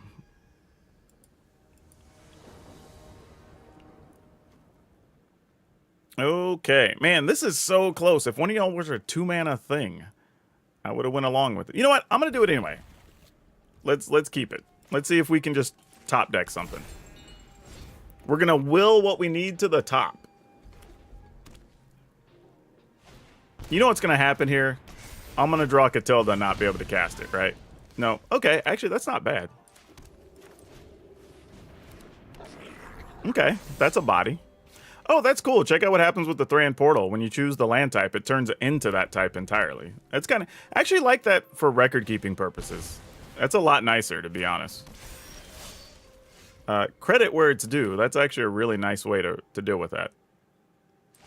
We're going with this. And then next turn, I think we're going to try to play both of these. 1, 2, 3. Oh, we'll be one short, actually. We can't do that. But either way, we'll try to set up Joda the next turn, I think is going to be the plan. Green, they're just going for it. I can appreciate this. This is a deck after my own heart. Yeah, we go all the way down to 13. We'll eat it. You know what? I might just have to cast Joda just straight up here. Just so... I mean, Joda would be a 6/6.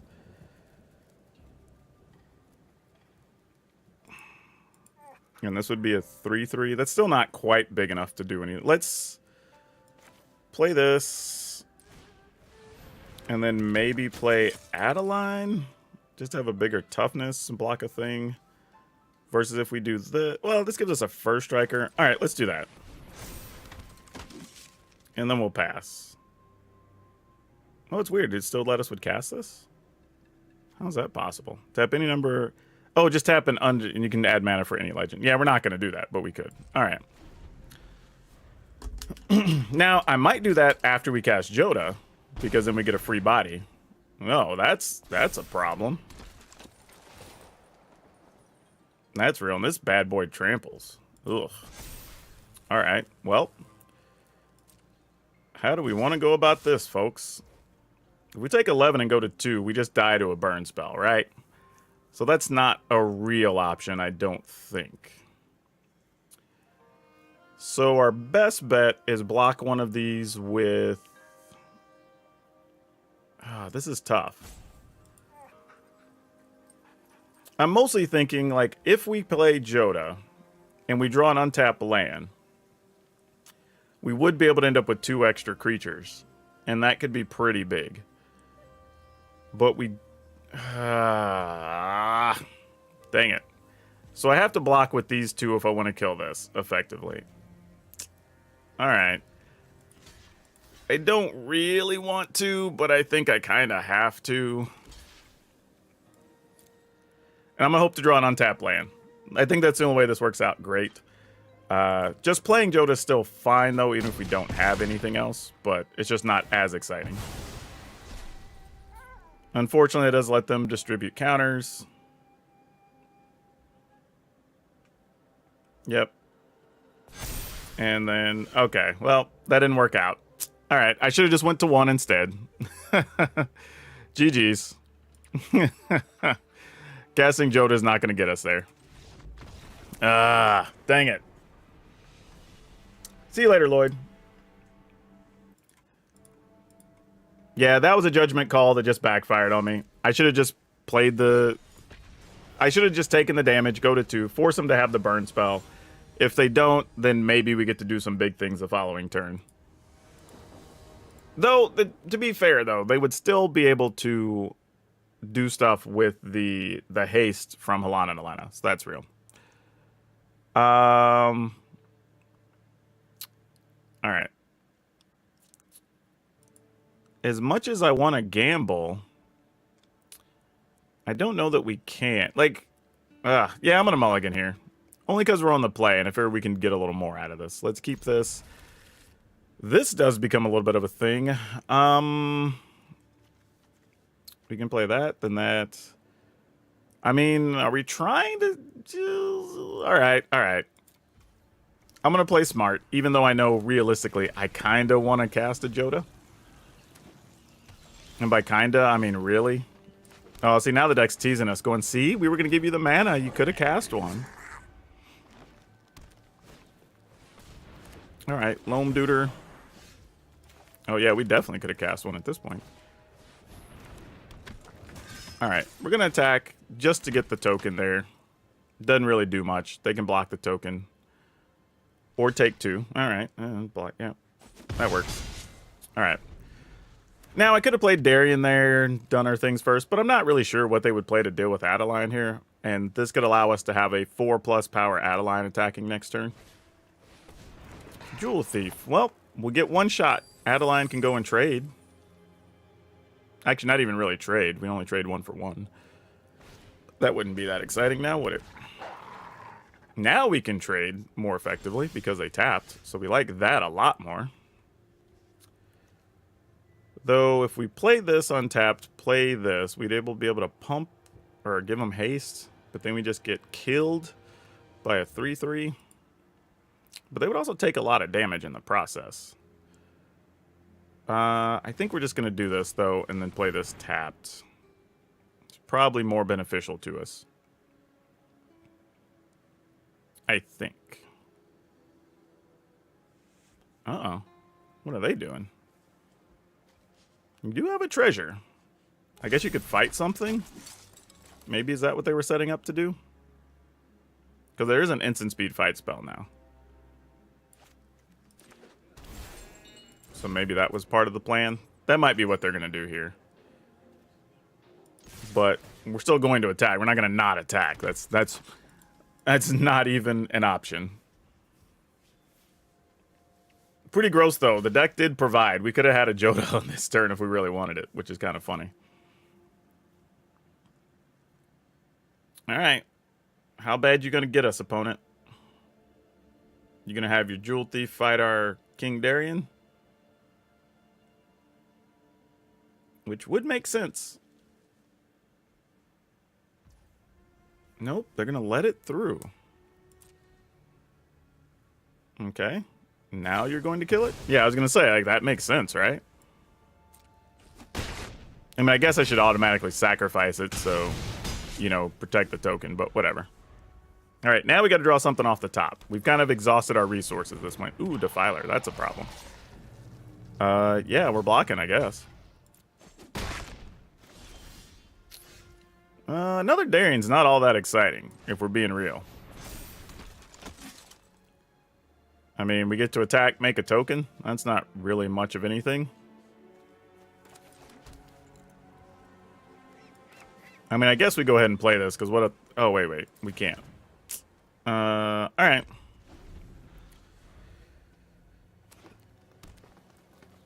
Yep, we need something good off the top. We need some combination of either Joda or Mirror Box.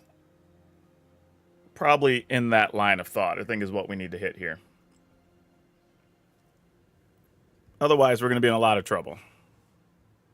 And if they have another tail swipe, we're just doomed anyway, because they can just kill our Adeline, and then we got nothing. That's still pretty damn good, too, though. If we're being real here. Plus side, we do have some solid blockers because of Adeline. But taking 7's still no joke here. Uh-oh. They got more stuff. That's not good. What is that last card? I mean, I assume it's not tail swipe, because if it is, you just swipe Adeline, right? And then attack. Alright, I'm just going to take it. Actually, hold up. 4 or 5. This takes 7, right? Yeah, so if they had a land, they'd be able to flip next turn, have an 8-8 and a 7-7 with trample.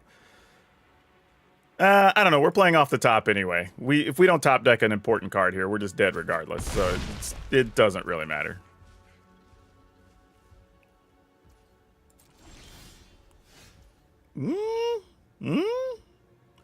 Okay. I see you, deck. You're trying. I appreciate it. All right now. What does this look like? All right, there's a few things to think about here. Because we can play this, we can attack, see if they block anything. Because they might want to block and trade with Adeline. If they do, then we can Watering Ember +1, keep Adeline alive. Or we can wait, just exile something, see if that's enough. I think either way, we go ahead and play this. I only wouldn't play it if there was a chance I was going to put Adeline at risk. You know, in the combat step. But since I don't think I am, I think we're just going to pass. No attacks in the turn. All right, they're going to try to kill Darien here? Nope. There's a weird pause. They can have something. I'm curious what this something is. All right, are we going to pump the Oddity? That would be nice, because then we get rid of the Oddity, and that'd be great. Oh, they're going to wait and do it during combat? Be sneaky. I can respect that. All right, so let's see if we can bait them into the play we want. We're going to do this. And then that's 11 damage, so that doesn't kill us. All right, we got what we wanted out of the exchange. Tap and tap, like... Why is this a question? Like, yes, Arena. Like, I love how Arena earlier got us with, like, not wanting to give us the mana from a land. But then somehow was like, would you like to tap a creature to cast this card? Alright. Okay, we did our part, deck. Now you gotta help us out the rest of the way here. Okay. I ain't gonna be mad at that. That's cool. I can respect it. Let's attack.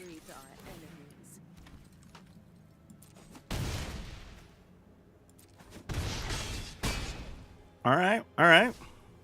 In the turn.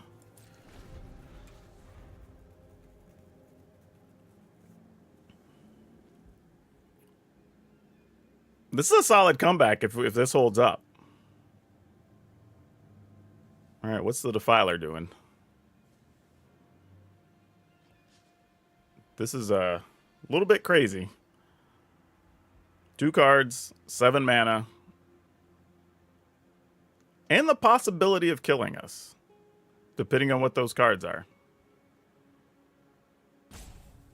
And honestly, there's an argument that while the opponent was tapped out, I probably could have just played this to get rid of the Defiler of Vigor.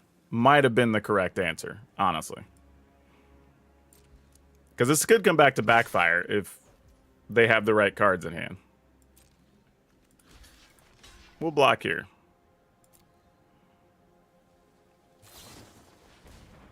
They're going to go Tamiyo's Safekeeping. Wait. That only works for a permanent, right? To pump? I mean, we'll do this anyway. But, like, they don't get the +1 unless it's a permanent. Yeah.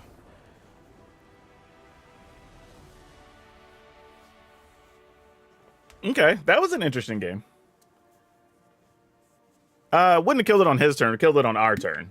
But, yeah. That being said, it was still going to be hard for them to kill us. Because they would have had to, in some way, dealt with Adeline as well as have a defensive spell. So, it was mostly okay, but could have just taken the safe route. And we would have gained 2 more life. That would have made it a little bit less of an issue.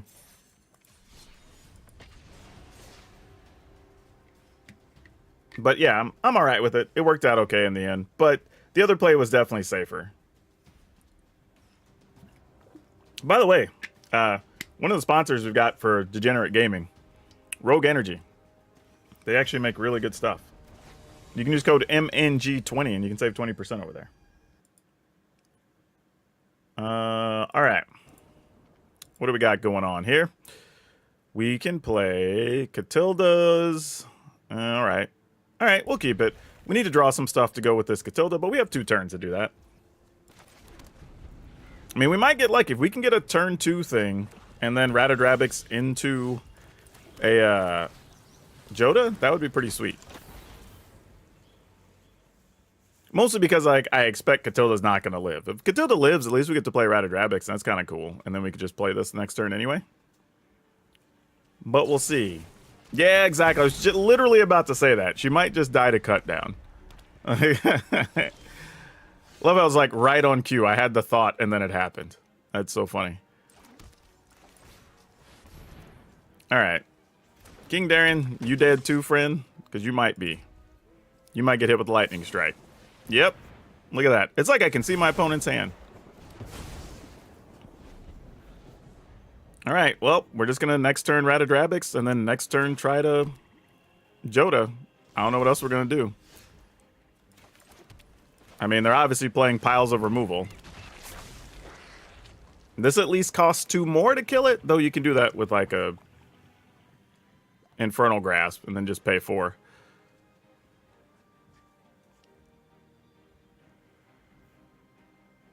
I mean, if your hand's all the removal, I mean, we have a bunch of lands, so like, what else are we gonna do? All the cards have been good. Okay, that's neato. All right, let's at least do this. Yep, we'll take the damage. Totally worth it. We'll attack. All right, Joda. I'm assuming you're not going to live very long since they debated killing our Ratadrabix. However, if they kill Joda, we at least get a Joda token back now. So that's beneficial. Oh, a second Moonveil Regent. That's a little bit of a problem. Interesting. They decided to go with that as their choice.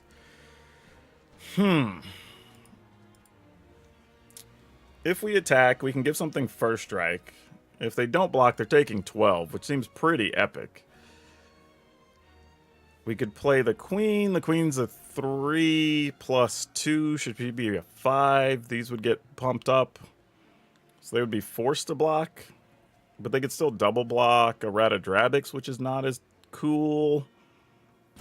Nah, we're just attacking here.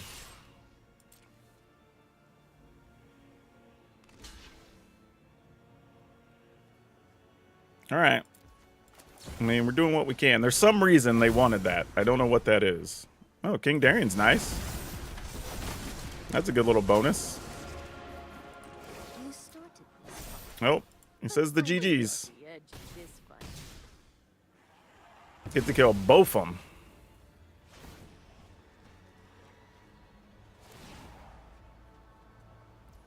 Yep. And then 9 damage. Yep. All right. And we're pretty safe from everything at this point.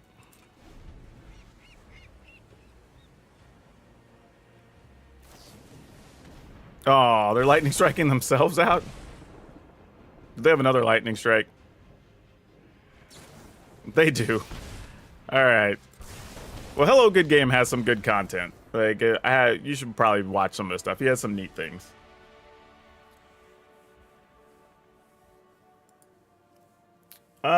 Has any cards, but truthfully, have any cards surprised us? Not really. Joda's been about what we would expect. Joda's really good.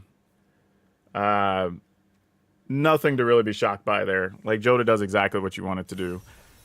I mean, honestly, all the new cards, really. There's been a lot of new cards that have all done really fun things. So, yeah, I don't think that... the thing is, I don't think anything's been a surprise. Just everything that you've tried to do that's been fun or good has been fun or good. You know, is probably how I would sum up things. I wouldn't say anything particularly, like, you know, that I got done with and went like, oh, that card was way different or way better than I thought. Like, it's kind of just what we expected it to be. Which isn't bad. You know, I think that's totally reasonable and fine. Yeah, we'll keep this. Why not? This is a hand that's like all mana that doesn't really do anything once Catilda dies, but the thought here is if we can at least top deck 1 or 2 things, we at least have all the options to cast everything and or Joda when the time comes. So let's see if we can make that happen. And if Catilda lives, even gives us a turn. Oh, that's not bad to draw here. Could give us a chance to take a turn off to like play a tap land, play a relic or something if we wanted to. You don't want to kill Catilda. Just do whatever you're doing. Leave my dudes alone. Why? She didn't do nothing to you. She didn't do nothing. All right. I kind of want to just play the relic. I'm just not sure. Yeah, that's fine. Let's go ahead and play it. Mostly thinking that, like, next turn, maybe we play Ratadravix and then try to set up a Storm the Festival or something. Stin makes stuff cheaper, right? Or, enters the battlefield, choose a card type, and then, so he chose Planeswalker. Then you cast it, costs 1 less, and then you can exile Stin, return from battlefield. All right, cool. Getting a second Joda is pretty nice here, though, in case something gets countered. I don't mind that at all. So that's pretty sweet. All right. The other thing that's good here, too, is Ratadravix doesn't get eaten by Wandering Emperor. Not easily, anyway. Rin and 7's still pretty baller, though. Speak your purpose. And perhaps we can Alright, you got a fofo. they prepare for war. Yeah? I mean, we're holding 2 Jodas. What are we hoping to hit off of this? Debating if it's better to just play Joda here or not. But that only turns us into a 4-4, and we don't really want to trade. So, yeah. Alright. Well, we could hit a Joda anyway. No, there's a Mirror Box, though. That's kind of cool. Actually, Joda plus Mirror Box lets us attack. Well, Wandering Emperor also does, too. Sure. Let's go with it. And then we kill both their things. Yeah, that's fine. All right. The amusing thing is, we could double Joda, which, if it works, is going to be an insane amount of damage. Like, I don't think it's going to happen, but oh my god, that would be cool. Because not only that, the Joda would trigger. Oh, they're just going to let it die. Interesting. Okay. Well, let's see if they kill our Joda or not. Like, this might go off and could be all-time, big-time fun. Come on, opponent. Don't kill the Joda, please. We want to see this happen. I don't know who Professor Rakdos is, but I hope he's a kind soul. But actually, though, if they do kill our Joda, as long as it's not exiled, we'll get a Joda token anyway, so the same thing sort of happens. Just with smaller creatures.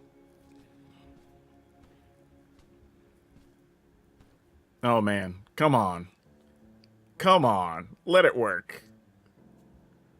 1, 2, 3, 4, 5, 6 mana, 7, 8 with the creatures in play. Because we can tap those to the relic. So, almost enough to play a Storm the Festival. Okay, Johnny. Respect. Gonna pump your team, maybe? Oh, reveal. They're gonna go hunting for a card. They want to land on top. 1, 2, 3. What do they want? 2, 4, 5, 6. Are they just trying to sweep the board? Are we worried about them playing a farewell? Is that what's going to kill us? That would suck. No, they're playing too many permanents of the board. They're not going to farewell and leave us artifacts and whatever. That wouldn't make sense. Alright, so they want to pump their Ajani to fight with here. Okay.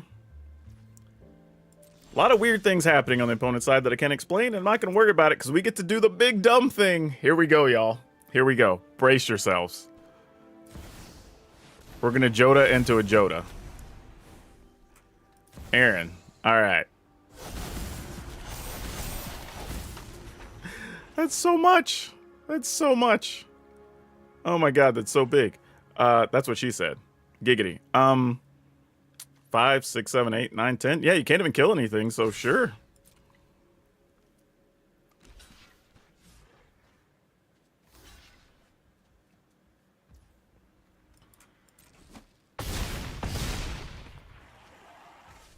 Oh, you know what? I didn't. Oh, I could have actually played this, and I would have pumped that enough. Nah, that still wouldn't have killed them. It would have been 3 more points. All right. Well, still would have been 3 more points, though. We'll just end things. We'll just end things. Because I can also crack this to draw now if we need to.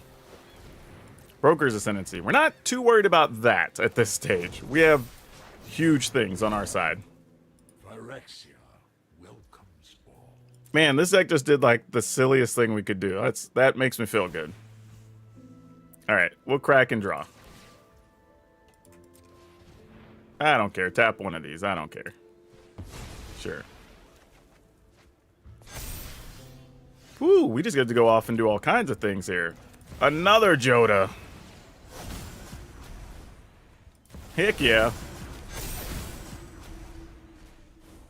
Oh my gosh. Oh, because each Joda triggers when you play a thing. This is silly. Alright, we'll tap one of the ones that can't attack here. Yep. Alright. Oh my god, this is so good. This is so good. This this doesn't even look right. Oh my gosh. Alright, sure. We're gonna attack with like 52 creatures. I don't know however big they are. Alright, we'll play this just cuz. Tap 2 of these newer duders. I don't know.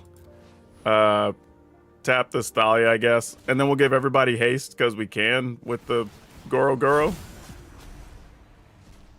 Oh my gosh. Alright, done. Done. We can't do anything else. That's a good emote to use here, though. I guess I could have tried to go off of Storm the Festival, but this was way more entertaining. Alright, done. And then, yeah, GG's. And we'll just give everybody haste. Tapping one of the new things. I don't know. They're all humongous. It doesn't matter.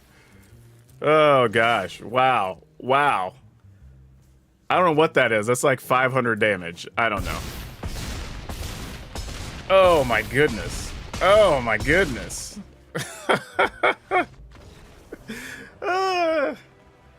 Okay then. That happened. I don't even know what to say. Like that might be it, y'all. That we might have peaked. That might be the best thing we can do. I mean, look at this. Look at this. Like, look at the glory of this board. Like, it's not going to get much better than that. Like, maybe if we would have stormed the festival, maybe there were some other stupid shenanigans we could have done. But like, yeah, that's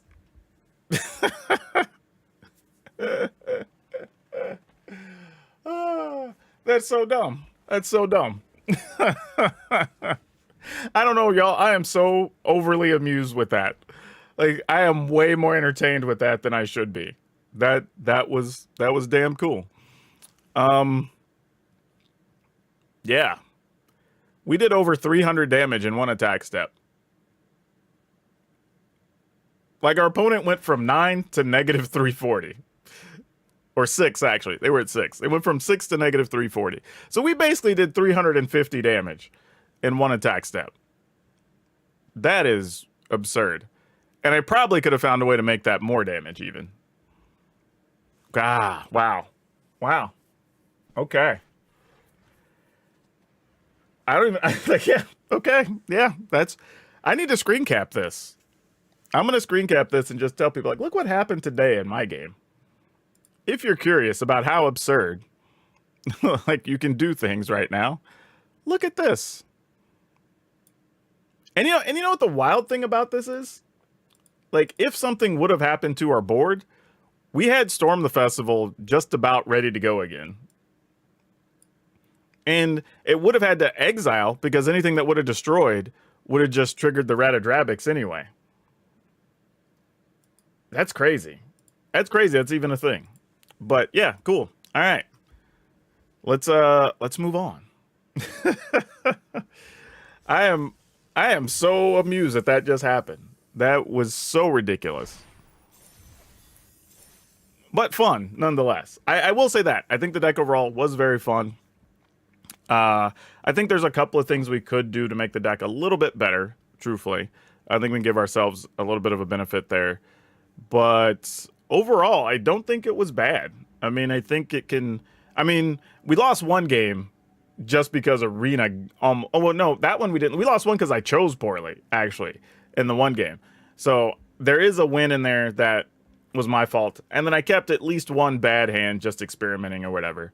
So even if you exclude those two losses, though, it's still not a bad overall deck. I think mana obviously can be cleaned up because we have a lot of pain lands. You know, I think that's a thing. We could make it a little bit better.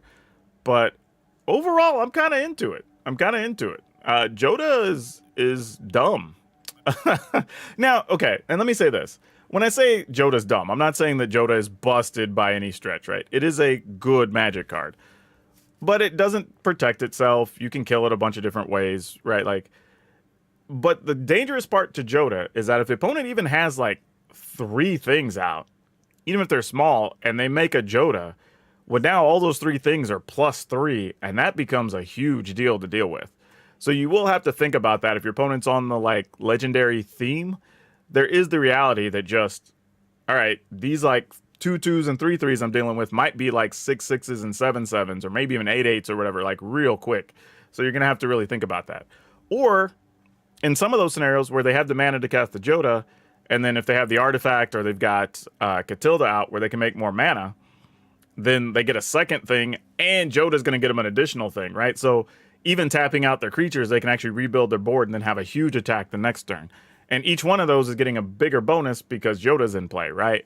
So stuff like that, I think, is actually really interesting to think about. But yeah, exactly. I don't think Joda's going to be on any banned list. I think you have to work to make it work. But what I like about it is when you have to work to make a card work, at least you get to realize the payoff, right? Even if it's just for one turn and you make that big attack and then they kill your Joda and everything's back to normal, like, you at least get to realize your efforts, right? Because one of the problems when you're deck building is you put a bunch of stuff into a deck to ultimately not get anything, right? You spend your mana and then like, okay, now I still need to untap and spend some mana to do the big thing, right? And that gives your opponent a lot of time to deal with it. Joda at least is like, hey, everything's big right now. What are you going to do about it?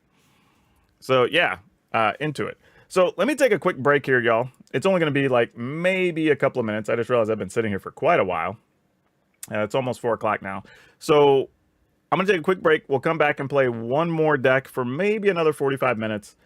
And then after that, I'm going to take a rest break. And then we'll probably hop over to Facebook Gaming for a couple hours. And after that, we'll be over on Twitch. But yeah, give me a quick second and we will get started with more games. Use this to go hydrate, use the bathroom, do whatever you got to do. And meet me back here in like, let's say 3 minutes.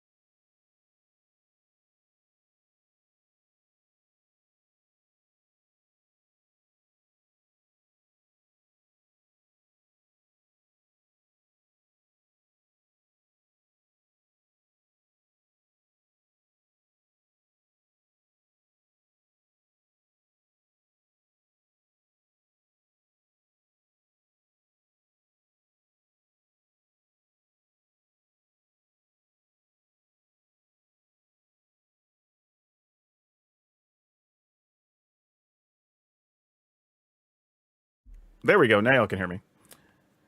I will say, though, I apologize. That was a little bit longer than 3 minutes. I have, like, cats and stuff. So, you know, sometimes you got to stop and pet the pets because that's just how things work. I don't make the rules. Pets are pets. That's how it goes. Yeah, all right. So we obviously had a lot of fun with the Legendary Creature deck. I expected it was going to be fun.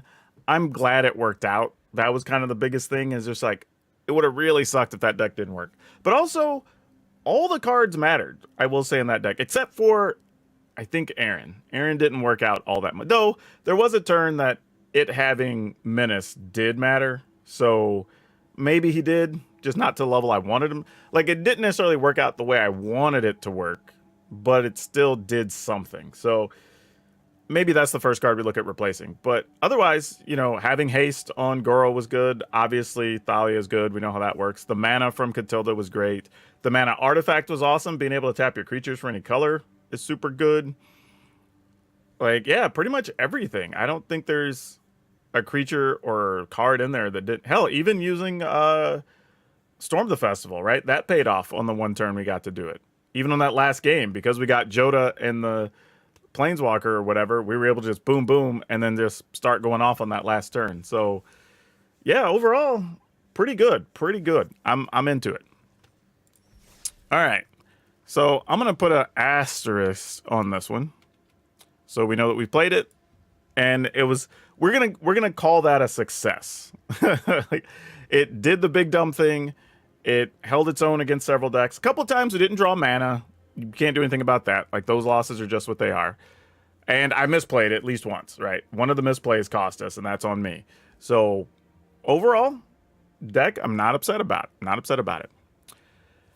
All right, so other options we're looking at here. We can play Mono Blue Tempo, Gruul, Modify. Actually, let me take a look at where did I finish on the Naya tokens list? Because this is something I think we were goofed around with. Oh, yeah, because it uses the new Resolute and Reinforcements, Join the Dance, Catilda. This to draw some cards. King Darien, obviously, because of all the tokens.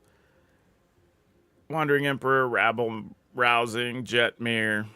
So, yeah, so this takes kind of a different angle. Instead of leaning on, like, Gala Greeters and,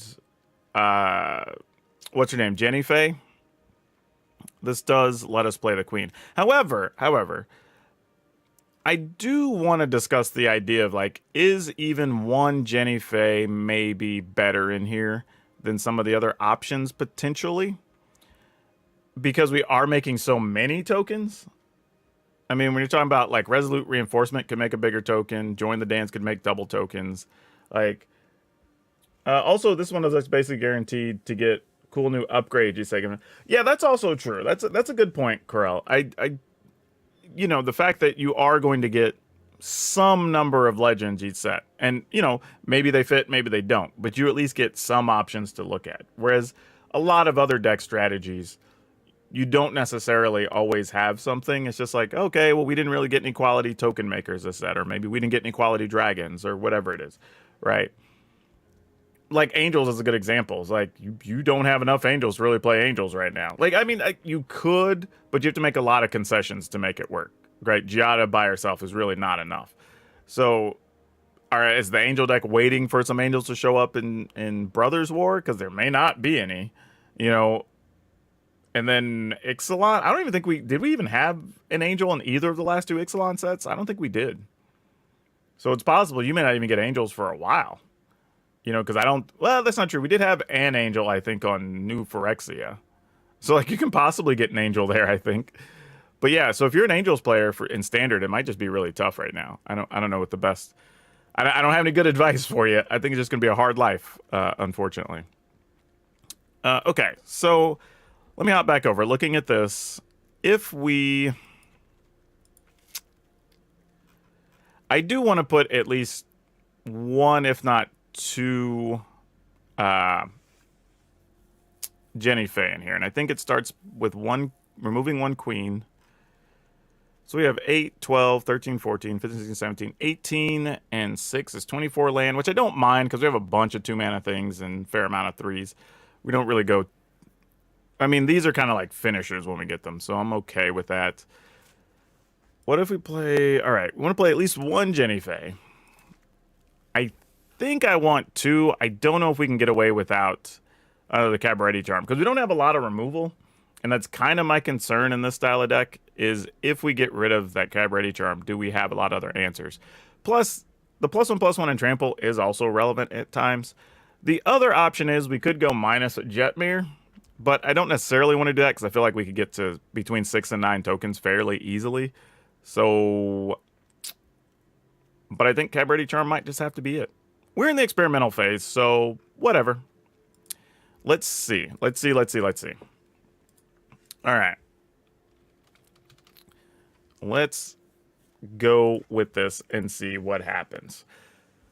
Whew, let me grab a drink real quick. Gotta stay hydrated. You know what's funny? I had a guy actually complain in the YouTube comments of like, I have to turn the volume down because you talk too much. And I'm like, well, yeah, that's literally my brain. I tell people I talk a lot. I try to share stories about a lot of things. I try to educate people. So you can only do that through talking on the videos. Unless you want to read a whole lot of text, but that would be miserable. All right, so here's what we're going to try with the tokens deck. We're going to try 3 Resolute in reinforcements, mostly because it's flash, which is great, so you can do it at the end of the opponent's turn. But with the other cards, you could be making a 2/2, 3/3, 4/4, you know, something. And that's actually really powerful to be able to get that out of this card. You know, Join the Dance makes 2 creatures, has flashback, also good after a sweeper because we know meat hooks are still a thing. 3 Catilda. Now, the one thing I will say about Catilda is we do have a fair amount of humans in the deck. But there is stuff like this where these make soldiers and they don't actually make humans. So those don't work with Catilda. So just something to keep in mind. However, we do have a fair amount of humans still. Catilda can end up putting counters on things to make our creatures even bigger. Could also help us ramp up to our bigger things. Rite of Harmony. This is a card that kind of has been pushed to the wayside in the previous standard. But here, it's like, okay, it's instant speed. And especially if we can do stuff during our opponent's end step. Say for like 4 mana, we could be like, okay, pay 2. And then I'm going to cast the Resolute Reinforcements. And I'm going to make 2 creatures. And then get a card, you know, like, so maybe it's still worth it. Glad to see another brother in MTG Arena. Hey, welcome to the stream. All right, so we've got 3 Adeline, obviously token maker, and gets huge power, so we have to play this card. Wedding Announcement, also great, pumps your team, blah, blah, blah. King Darien, right? If we're going to play tokens, then King Darien Extra Large 8, he's going to have to be in here, right? There's no reason not to. And then Queen Elenel, which we like because if we're making creature tokens, we get to make another token, right? So, of course, nothing wrong with that. Basically, double tokens every time I make a creature. Cabaret Charm. Realistically, this is a removal card with the number of creatures we're making. However, we're mostly going to be using it either to make 2 creatures or to +1/+1 and trample. We're going to play 2 Jenny Faye. I'm on the fence on this one in this particular build. However, we are making a ton of tokens, so hopefully being able to turn those into cats or dogs could be beneficial, especially since they could have haste. So we don't want to overlook that. And then a couple of Wandering Emperors because, well, the card's just good and we need some amount of removal in here. So this could help us out a lot. And then, of course, Jetmir, because even if we don't get to 9, if you can get to 6, that's still going to be good enough. Getting +2 Trample Vigilance could still get you across the finish line with the number of creatures we might have. And then, of course, Rabble Rousing, because you're already playing the tokens. Might as well just try to go ham with it, right? Lands, we're playing 1 Iganjo, 5 Plains, 1 Beseju, 3 Carplusion Forest, 2 Rockfall Vale, 4 Sundown Pass, 4 Overgrown Farmland, 2 Jetmir's Garden, 2 Thran Portal. My concern here, though, with our mana base, the way I built it, is that we could end up with a lot of tap lands, and that worries me a little bit. What I would probably want to do here, because we only have 2 things that need just red, and Jenny Faye can get away with playing green as well. We could probably scale back on some of the red requirement lands. And because right now we've got 4, 7, 9, 10, 11, plus the Thran Portals if we need them. I would probably be more inclined to just split these into a Jetmir's Garden and another basic, which I think I'm going to do. And yeah, maybe even just a Plains, because we need more white mana than anything by a long shot. White and green. We could make it a forest. You know, we don't actually have any basic forests in here, so if we end up having to search for something, being able to get a forest would be nice. So let's go ahead and just toss one of those in there. I can't wait till I can tag these as favorites so I can have certain ones. And then I kind of want to cut a Sundown Pass. And I'll probably hate myself for it later. But I want to just trim down the number of tap lands we have early to still give us the opportunity to get like an early Reinforcements, early Catilda or whatever. Make sure that goes off, I think. So I think that's going to be the plan. So let's go with that and see what we can do. Could you play an Angel who buffs small creatures in this deck?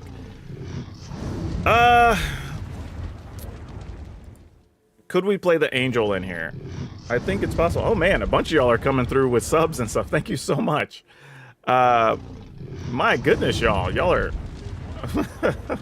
Thank you.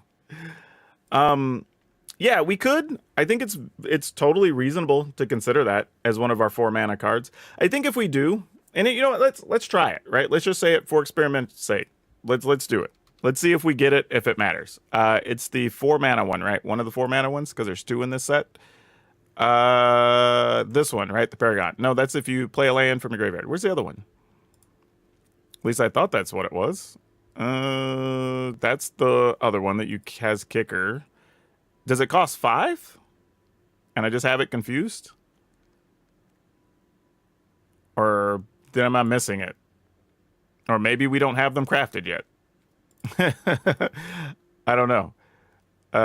Maybe that was the case? No. Okay, here we go. Nope, that's the same one I was looking at earlier. What's the name of it? I'm missing it. Because I'm pretty sure it's an angel. Let's see. Because that one's that. That one's that. Where is it at?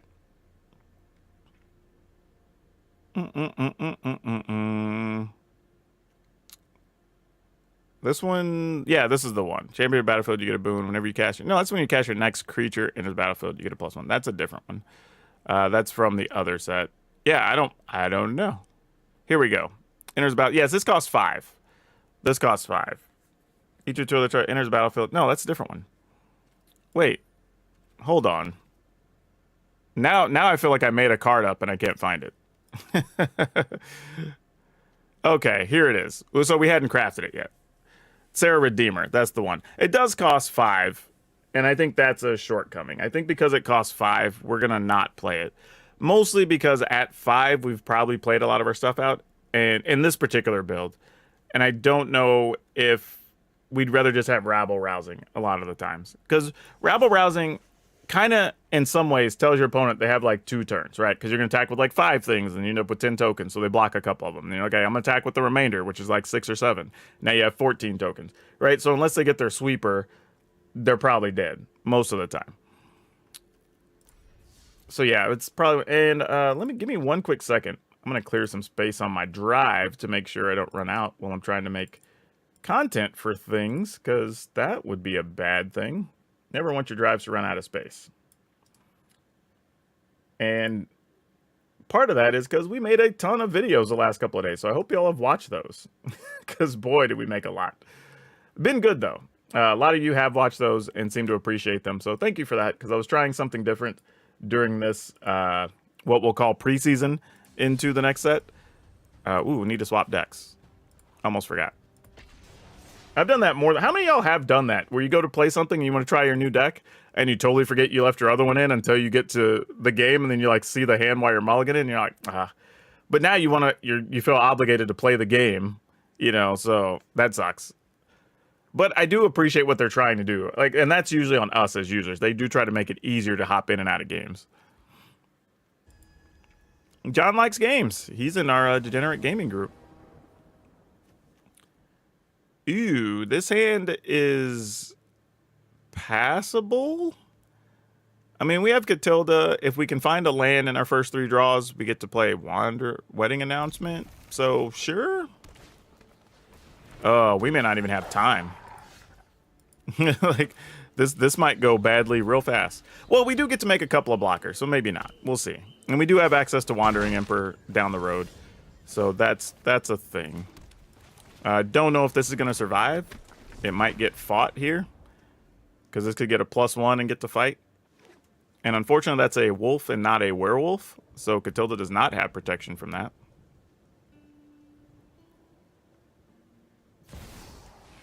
Savior of Olenbach. All right. Well, when that attacks, that's going to suck for us.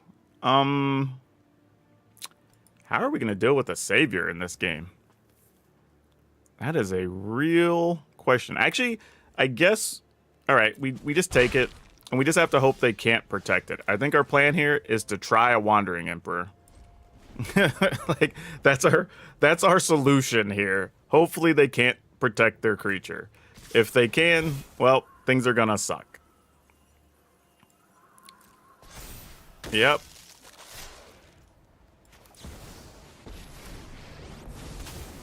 I mean, there's not much else we could do. Like, this kind of has to be it. Okay, it worked at least, so that's good. My judgment is Oh, it doesn't come back? Oh, I had to do it beforehand. That sucks. I goofed it, y'all. That's a mistake on my part. Totally my mistake.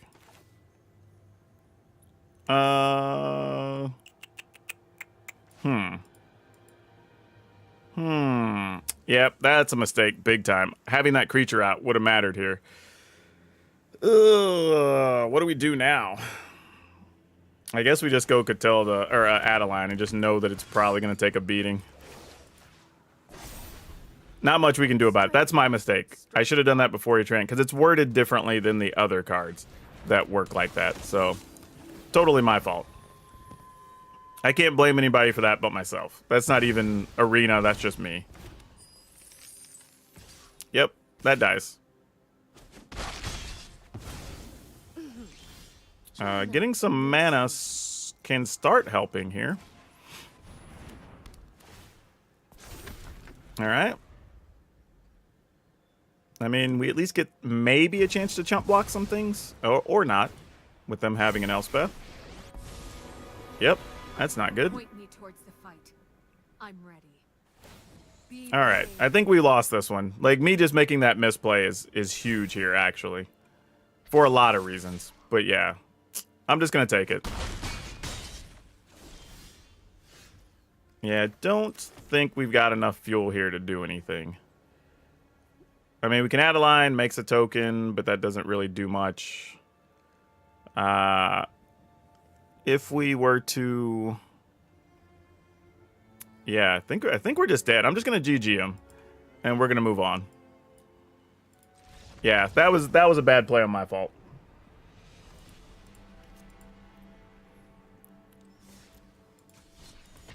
That's just one I just got to eat. And his draw was good too, to be fair. Like, not even just disparage him. Like, his draw was also very good. But when your opponent draws well and you make mistakes, you should lose. And that's what happened. Okay. All right. We'll keep this and see if we can make some things happen here. The other thing I kind of like about this is the flash is really kind of low-key super good. Okay, well, we just take 2 here. What? Is this like an aggro? Oh, is this like a Haughty Djinn type deck with red and blue? If so, that could be kind of bad for us, really. Huh. Interesting, though. Not going to run Catilda out against this deck, because that just seems silly. I don't think we get anywhere with that.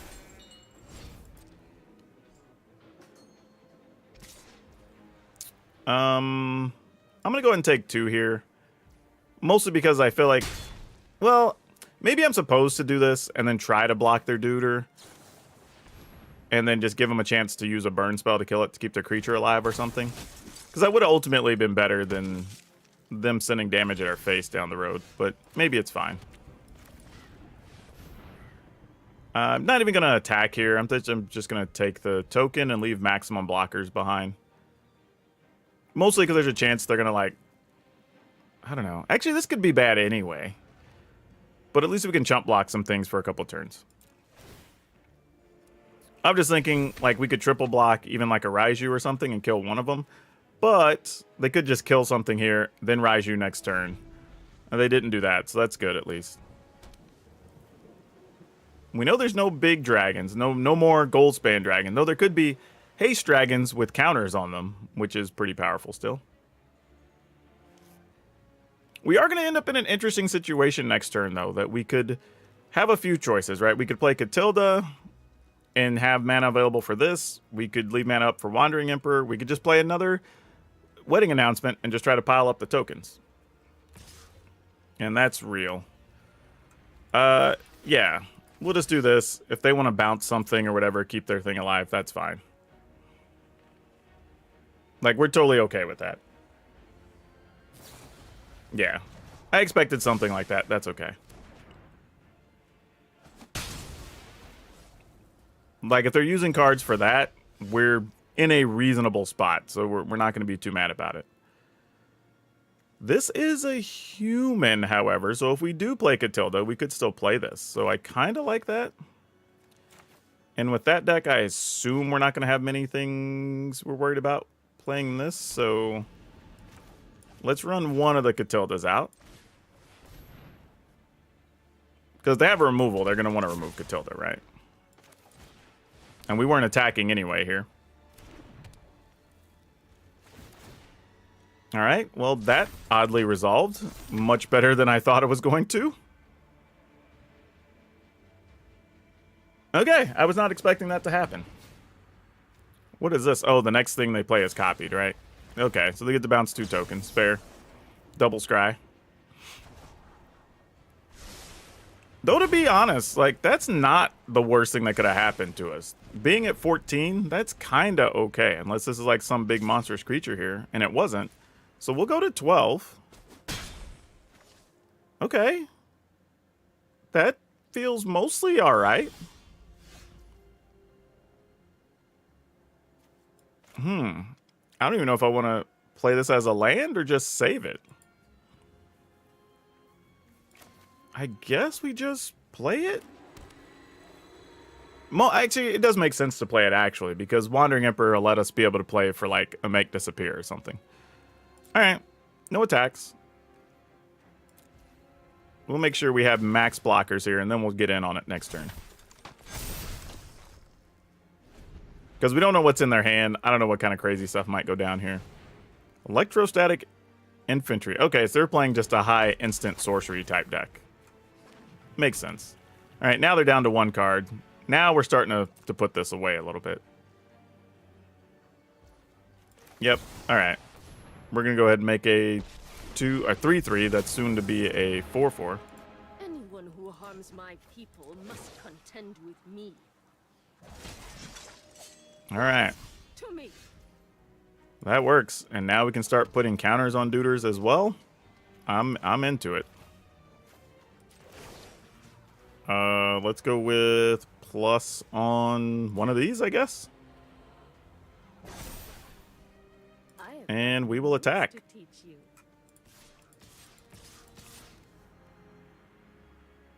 Yeah.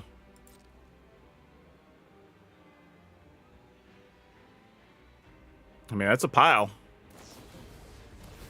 Oh, fading hope to that. That's super sad. Okay, well, is what it is.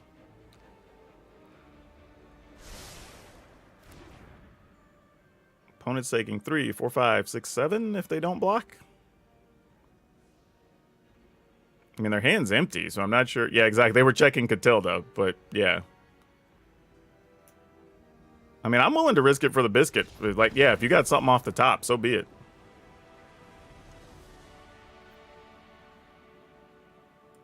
Well, a slow hand that worked out okay there. Was not really expecting that to play out the way it did. That almost played more just like a mid-rangey Naya deck more than anything else. But I'm not mad about it. That worked out well. Opponent goes first. We are definitely keeping this one. We have 0 reasons to throw this back. I mean, this hand sort of lays itself out if we get all of our lands. I mean, enforcements into announcements into Jetmir. Or possibly, if we were to, like, get another enforcement, we might instep Harmony into enforcements and then play Jetmir. You know, but either way, options. Okay.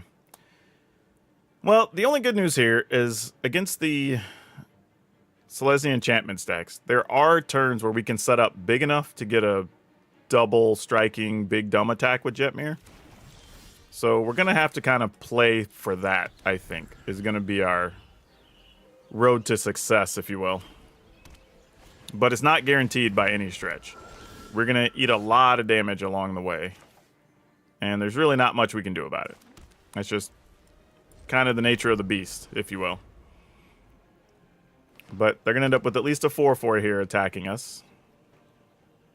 If they want it. I mean, I don't know why you wouldn't want it, but that's just having open what we do.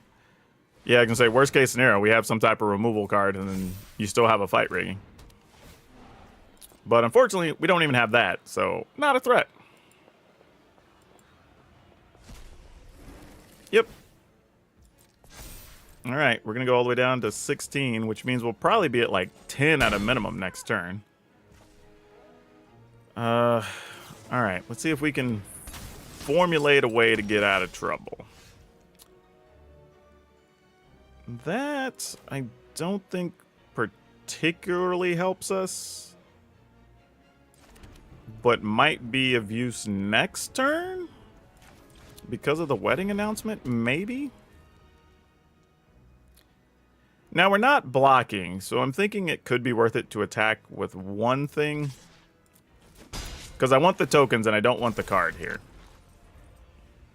Even though a card would not be bad, I don't think that's our real plan at the moment.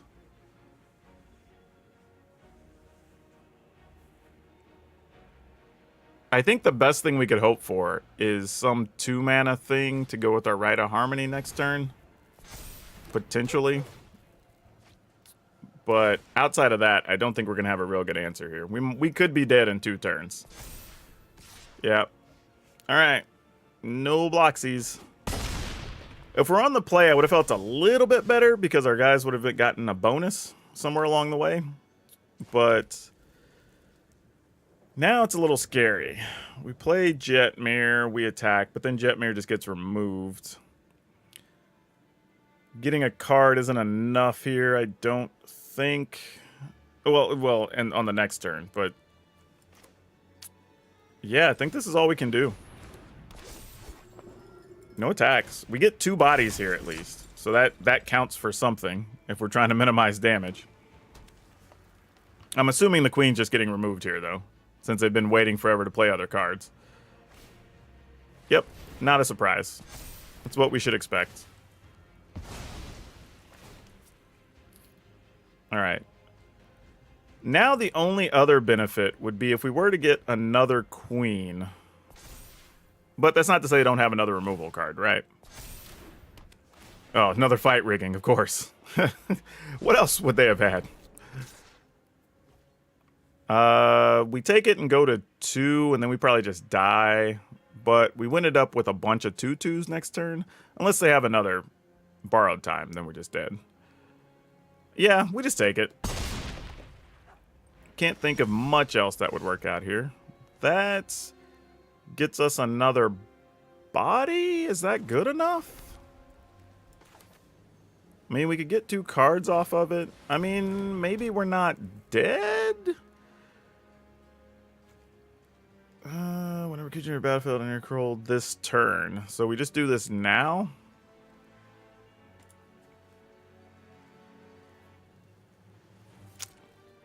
Yeah, no attacks. We can't afford to attack here. We need everybody on deck, literally.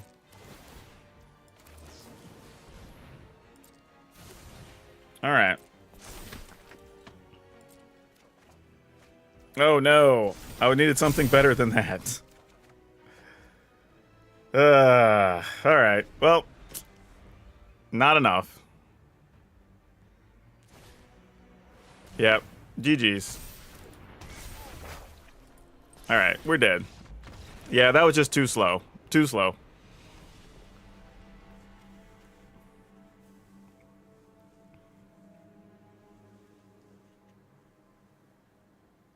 Somebody said no Iganjo against the tree. I have no idea what that means. I don't know what you're asking there.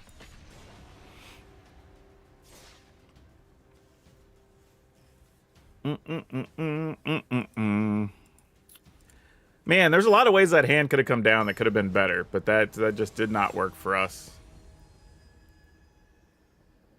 Yeah, I was trying to think of different combinations, but there was just nothing there. One of those times just did not work. Here we're going to mulligan. Actually, I don't think we've gone first with this, have we? Maybe we have. We'll keep this.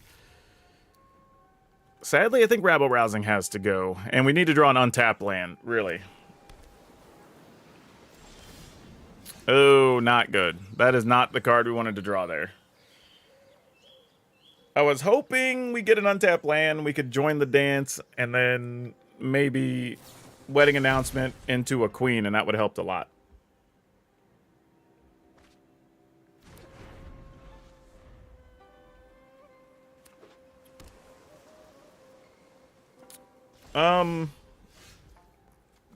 Were there other play? Yeah, I don't. Yeah, no. Either way, the game was bad.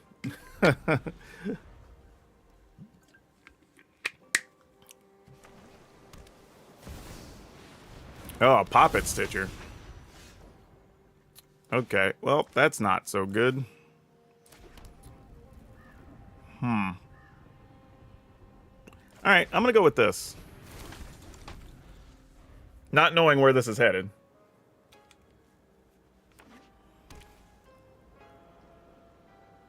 I mean, killing off our creatures would be fairly easy for them.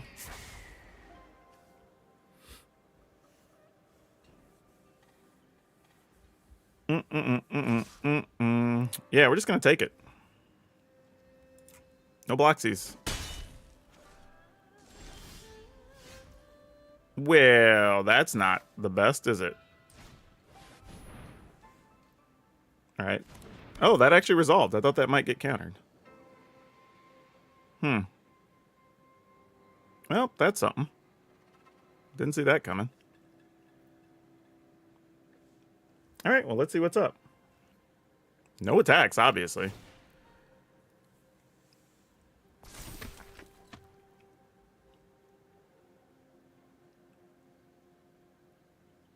Though hitting some land would have been nice to set up some things.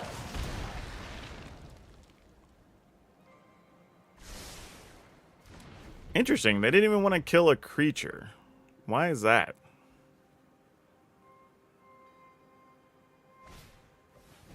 Because that would have been my assumption, right? To kill a creature? I mean, that's actually really good for them, though, here, just the same. I mean, we're in a situation where we probably have to block or die regardless. And if they have anything that removes a creature, it's going to feel real bad. So we're probably just chump blocking with one. They're not even wanting to chump block. They're going to try to get it done in one big attack with their creatures. Okay, well, that's good to know. Problem is, we finally got a land and it comes into play tap, so that's a problem. Alright, I guess we go for one of these since we have a backup. Oh, whoa, that worked. Okay, well, let's hope we don't die to a flyer.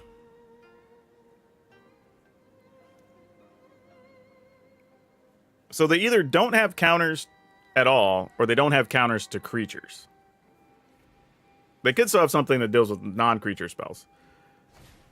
So I don't want to get too excited just yet. Oh, you're going to double hit our queen? That's super sad. Looks like that's the case. Uh-oh. What is this?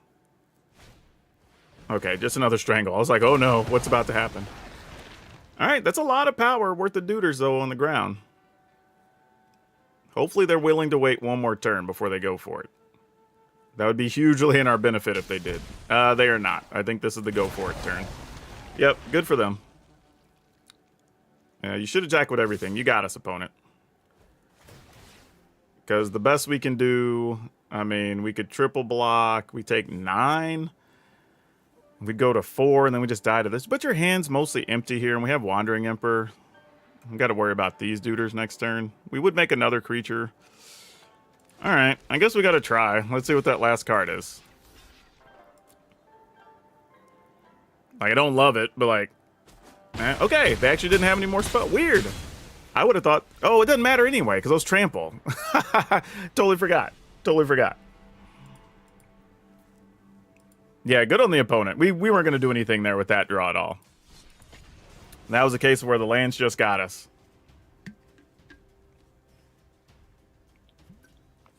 There's a world where maybe I could have survived that.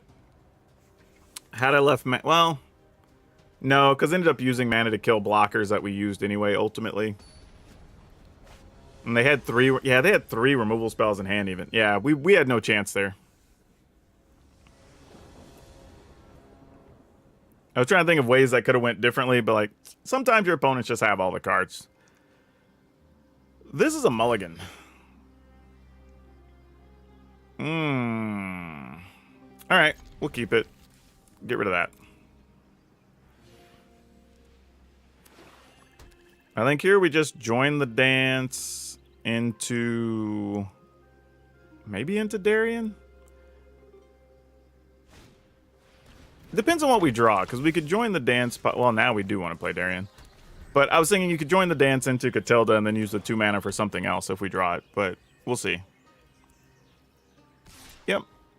Attacking in. Sounds right. They opted not to do anything there. So we'll just go ahead and make 2 Duders, I guess. No reason not to.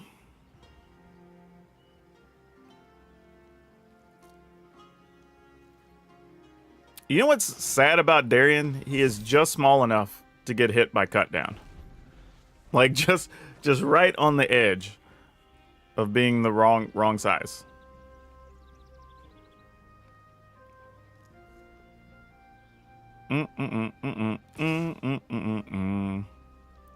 Yeah, because you can pump that anyway. It's like, yeah, sure. We'll take it. So yeah, I'm going to assume when we play Darien, he's just going to die here. And then we'll just have to work past that.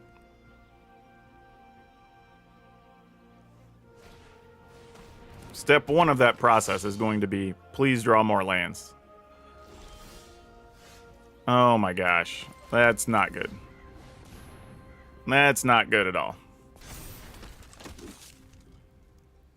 I was hoping that eventually we could get into this situation, but we may be trying to lean on Catilda as well. Don't know if we're going to get to. All right, there wasn't a cut down there for Darien, so that's kind of nice. Yeah, we can at least sack them, protect the other dudes here. So that makes their attacks not as good.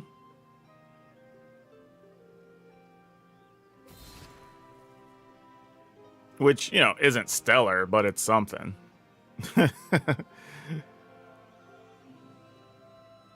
It buys us a little bit of time to get where we want to go.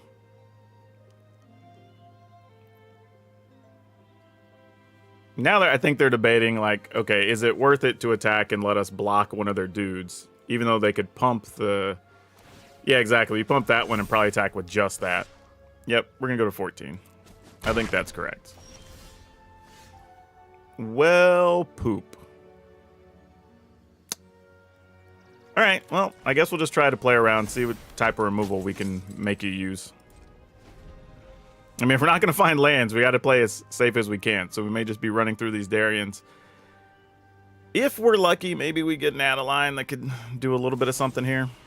Yep, same thing. Try to protect the other Duders.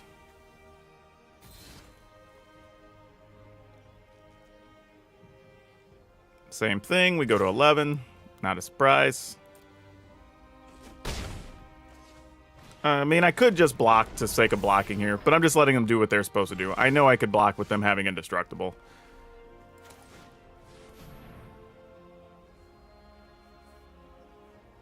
Actually, it doesn't even matter, because it has Menace now, right? Oh, it has Death Touch. But it wouldn't really matter, because we're Indestructible, but... Alright, no attacks.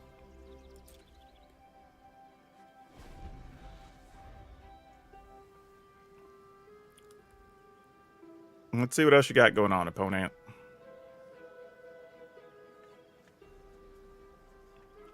Is it more removal? It is not more removal. Alright, now you can pump it up to what? Put a counter on it to make it a 4/4? Alright, yeah, that's fine. That eats your whole turn, so sure. I'm down. Like, if that's the trade, that's the trade.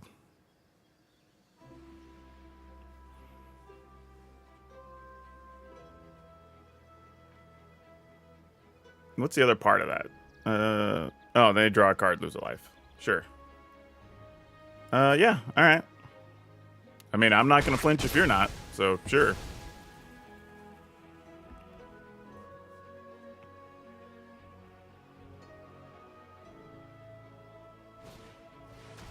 And a Trespasser. That's actually scarier, if we're being real.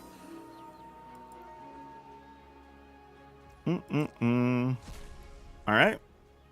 Probably the right card to get rid of there. Oh my gosh. Like, I'm just trying to, like, stall or whatever. It's just like, geez. Oh my gosh. Yeah, just pass. I actually don't think green-white enchantment's that good. It's the known deck that people like. It's a type of deck I wouldn't play in early access just because you're not really showcasing new cards very much. And once people are actually building to beat real decks or whatever, then they'll probably be handling that pretty well. Still playable though, and still good. All right, 6, come on, kill my stuff so we can move on to the next game. Like, I've not drawn a land for 3 turns now. Like, let's come on. I played a turn 3, 4, and 5 Darien, followed with Adeline, and have not gotten to attack yet. I mean, come on. All right, Shield Red it is. We'll just start the slow path to death. Yep. What are we even looking at doing here?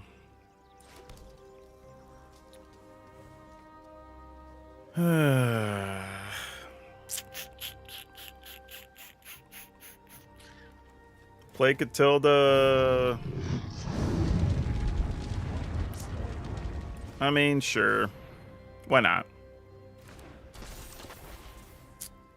And then attack with Adeline. We could play the Rite of Harmony. Go to 7. I don't even know if that does anything, to be honest with you, but sure. Oh, wait. That doesn't work.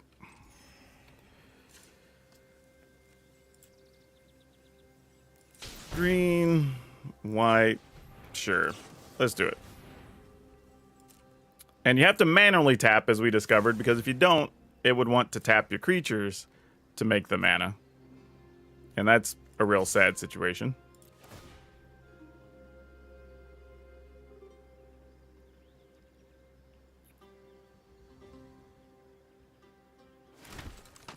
Alright, so we get a card there. That's good, but way too late, I think, unfortunately. Yeah, we did what we could, but we're mostly dead here. I mean, they could trade us for Shield Red, but there's no reason for them to do that right now. Activate your Bankbuster. Yeah, there you go. And then just double block with your other 2 things. That's a much smarter situation. All right, cool. Yeah, that one's one we just got stuck on land. Didn't really get to do much there. Super sad.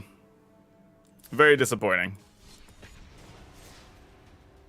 Wish we could have done more with that. Just didn't go anywhere. You're intimidated by the possible aggro decks in the next standard. I love it. I thought aggro decks were still good in current standard. Like, the mono red variants were good. The green, or not green white, but the Boros aggro decks were everywhere, and they were still really good. And there's some versions of mono green that look pretty solid so far. So there's options for sure. Let's see if we can find another opponent here, though. Or not. Maybe.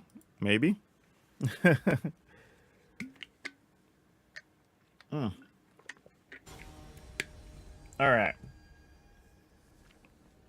Maya plays. Ugh.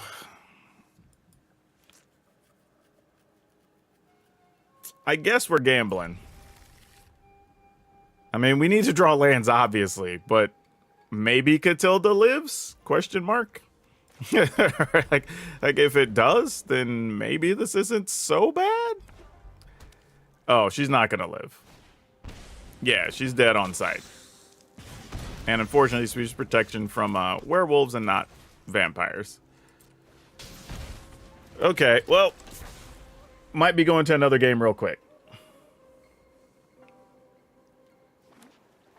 This is just a case where I think the mana may not work in our favor. We're not obviously not blocking. If you're going to kill her, I'm going to make you spend the cards to do it. That's not good for us, but we at least get a chance to do something here. Unfortunately, no mana is real rough. Real rough. All right.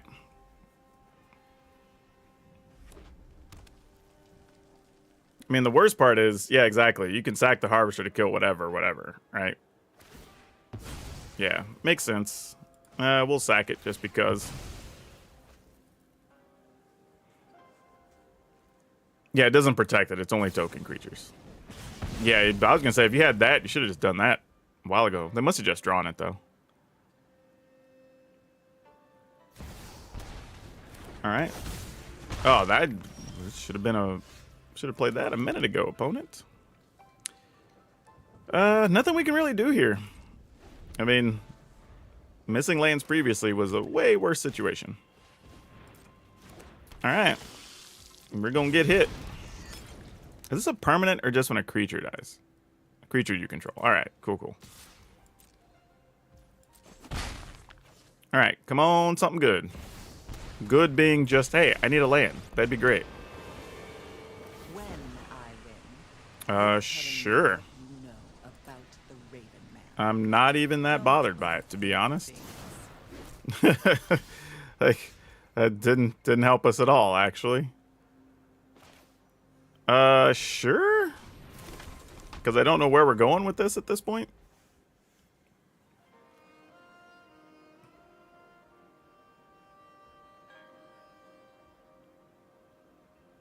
I mean, if this wasn't an early access event, I would just scoop this game at this point. Like, the opponent has access to 1 billion cards. Like, we haven't hit our mana. We're kind of doing a whole lot of nothing here. Like, we're just trying to buy time is all we're doing.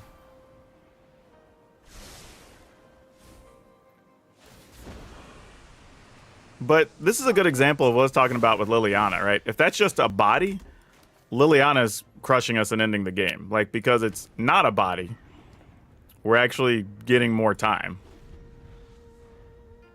Now, admittedly, the discard will ultimately end up mattering.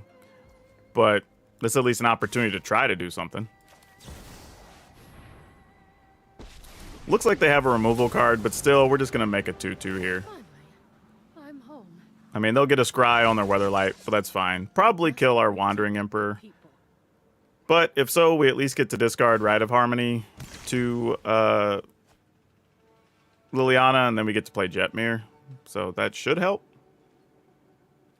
Yeah, we'll block. I mean, you get to Scry again.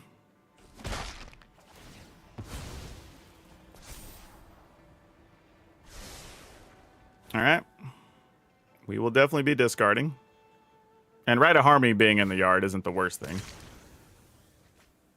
Oh, they had another Weatherlight. That makes sense. Only Cult Anvil. All right. They're going to sack that. Make a body. Makes sense. Yep. Discard that. You won't be outsmarting me. Okay. We will play this duder. I'm going to go ahead and make a 1/1. Or 2/2. -1. Guards, to me. And then get in on Liliana. You know, I think you look better as a corpse. Opponent's ending the turn. I mean, I guess we go ahead and play this because we're going to end up discarding it anyway. All right. So now we can join the dance, get us up to 5 bodies. Well, we won't get to 5 after all. I've always hated We will get back to 4. Could get to 5 if we want to use the Wandering Emperor. Sure. Trying to do some shenanigans here, make sure they have blockers, all that checks.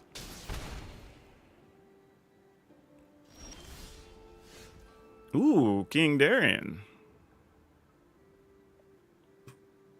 Kind of want to play Darien first here. So let's do that. Okay, they don't have anything. Excellent. +1 Darien, maybe? Because I don't think it matters on the attackers here, because we're going to be sending them both into Liliana. Not that it means much. They might just have another Liliana, which is possible. Whatever. Luck Okay. favors the foolish after all. Now the question is, can we get enough done against the opponents? If we could somehow get up to 6 creatures, we could get Trample, which would help. But we're going to get drained for 1, go to a 10. Opponent's going to have 1 blocker. They'll have 4 counters on the Weatherlight. And I believe 7 is the target number. Yeah. So we still have a couple of turns, not many. Oh, wait. Is it not 7? Oh, well, crap. Then that's on me. Yeah, all right. At least they attacked that this turn, so that's fine. See you later.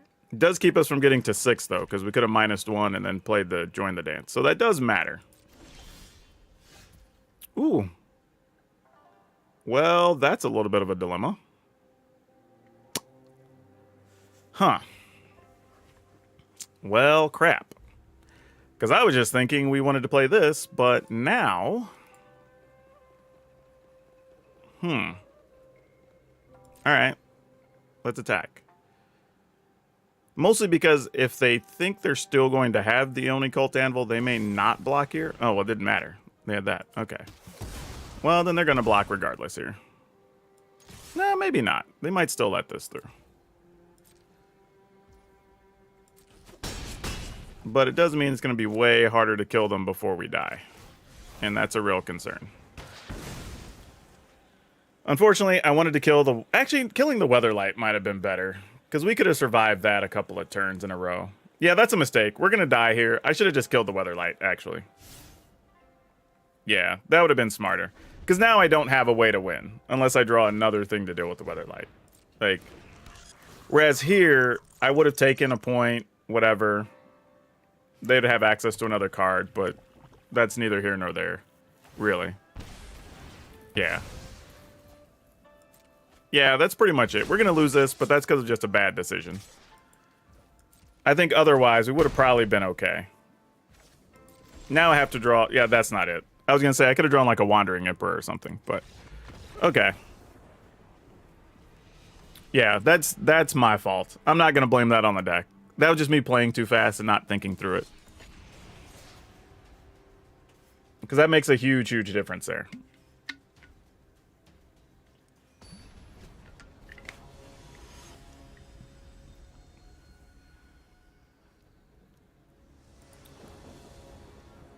Okay, we'll keep this.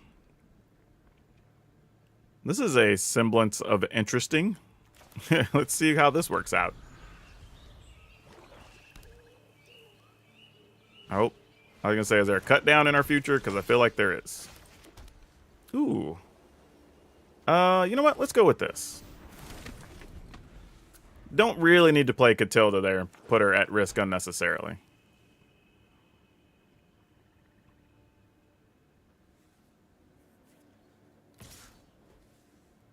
Yeah, all right. I mean, turn into a 3/3. A 2/2? All right. Yeah, we'll block. Sure, whatever.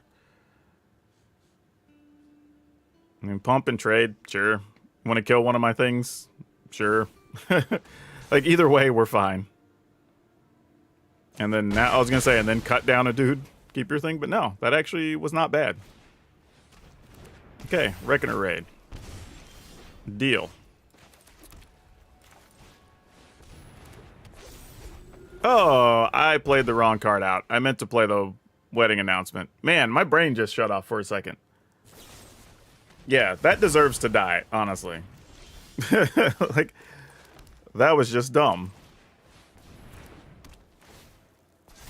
Yeah, that's a big difference, because I could have had another body here.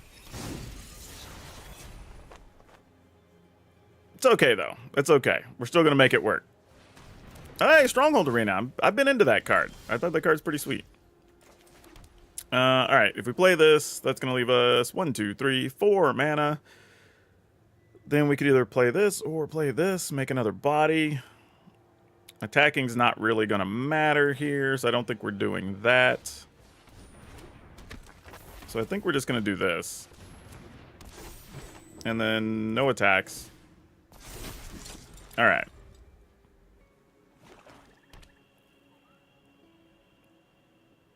Man, Meat Hook for 1 is savage here. Yep, that's exactly it. GG's. I say that. Actually, we're still not dead. We still got plenty of ways to go. All right, they found a land, which is good for them.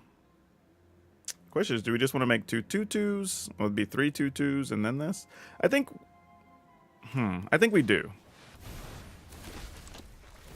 And then just be more efficient next turn, because if we find another land, we could like add a line and then kill something, or even protect our team. Oh, well that's not cool. I guess we have to kill a shield red somehow. I don't think we have a good way though, unfortunately. Alright. Just is what it is. We could attack, get a dude. This is probably not going to be enough. Let's end the turn. Yep. Yeah, I don't know about all y'all who thought Shieldred was not that great because it wasn't some big monster. Like, Shieldred is a very good Magic card. Like, almost too good for 4 mana. Really.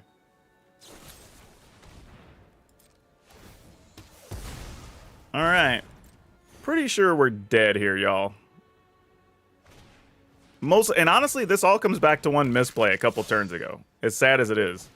That changed everything for us here. I mean, if they attack, we double block. I mean, I can't imagine we would do anything else. Alright, well, we're going to do the only things we can do here. Wandering Emperor could be good. Another wedding announcement. I guess we go Wandering Emperor because there's a chance we'd get to remove something potentially down the road. But this is the best we can hope to do. We obviously can't use this with Shieldred out. That's not a winning combination at all. And opponent's probably just waiting to meat hook us here, I'd imagine.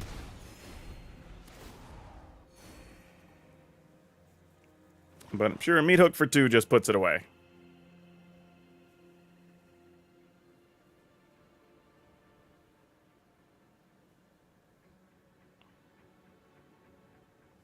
I mean, if they attack, we kind of have to block.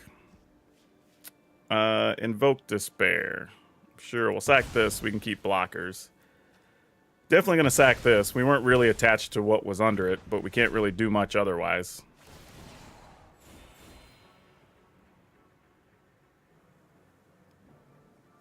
Opponent, just attack. Just make me use all my dudes. Attack with your 2/2s at the very least. Yeah, I'm not going to block.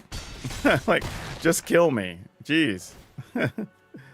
All right, GG's. My goodness, come on.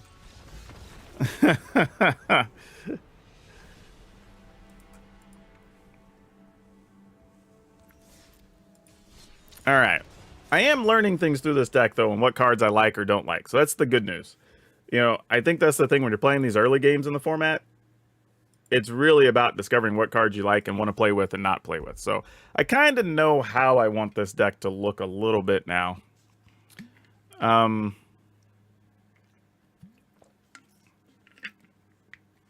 We'll see, though. I have a couple of thoughts. But I still might want to find room for some Gala Greeters. Actually, I just realized we haven't drawn Jenny Faye in any of these games, actually, which is weird. I just realized that. We hadn't drawn those at all. There's a few different things. Hey, Miss Shay is also a fellow DGen.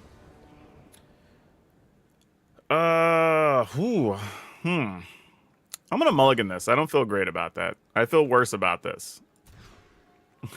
Let's keep this. Scrap this. All right. I guess this is where we're going. What do you mean? How do I feel about Adeline? It's a good Magic card. I mean, when y'all ask, here's what I would like out of my audience. I want to have a more educated audience. So when you ask, how do you feel about a card? Ask me what you're wanting to ask me. Like, is there something particular you want to know about the card? Like, do I like a certain card maybe in a particular matchup? Or do I like a certain card for a certain metagame? Or whatever it is you're trying to ask. Because what happens is, I feel like I can end up just answering something or saying something and not even answering your question. And then that feels a little weird. Because I want to get you the information you want. But I feel like I just say some words, and I don't know if that answered what you're asking. Because I feel like a lot of times when people ask about cards, there's something particular they're looking for. But like, okay, like why would I not like Adeline in this deck? Let me ask that question then. What leads you to believe I would not enjoy Adeline in this build? Because it literally does everything we want in this deck. Discard a card. Sure. Seems good.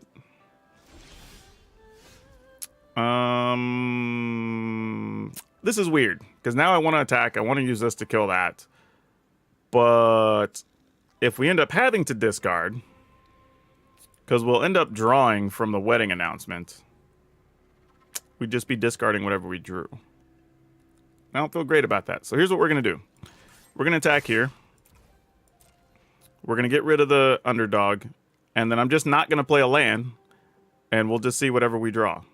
And try to protect that.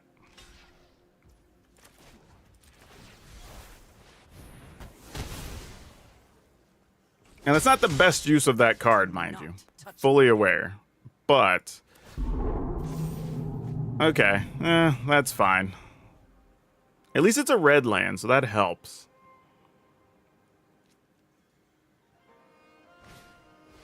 Alright, Path of Peril. Sure, sounds good.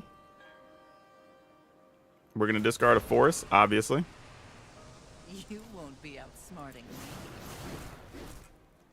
Got rid of a cut down and previously an Infernal Grasp. But their hand has a lot of removal, obviously. Ooh, you ain't bad. We like that. We like those. I guess if things are going to die, you're going to meat hook everything anyway.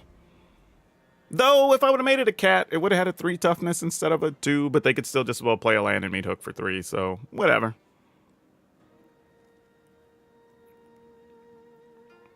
I mean, you can make a sacrifice a duder. That's a hell of a blocker. Let's find something that makes tokens so we can make some haste things. That qualifies, actually. That does exactly what we want. Let's make 2 tokens. And we're going to make them cats so they have haste. And then we're going to attack here and here. When I say GG, I don't know that it is GG. Like, they might still sweep the board. They got active cards here. Unless their hand's just bad. But, oh, they had an Invoke Despair. Yeah, alright. Sack this. Unfortunately, we will lose that. That's a big loss, though. That's what I'm saying. Like, that's not GG's. I mean, that's a real loss. Seriously. Yeah, we can attack with this. That's the only real attack we've got there. Yeah, so I was like, that was not the end of the game by any stretch. If this was something that made tokens, I'd have felt at least a little bit better, but definitely wasn't. Yeah, meat hook for 3 makes a lot of sense. All right, let's find a cheap 2-mana thing so we can get some cards in hand. All right. Oh, man. Oh, you're kidding. You're kidding. All right. Well, sure. I can't. I mean, I guess it's not over, but boy, that is a tough card to draw there. Whew.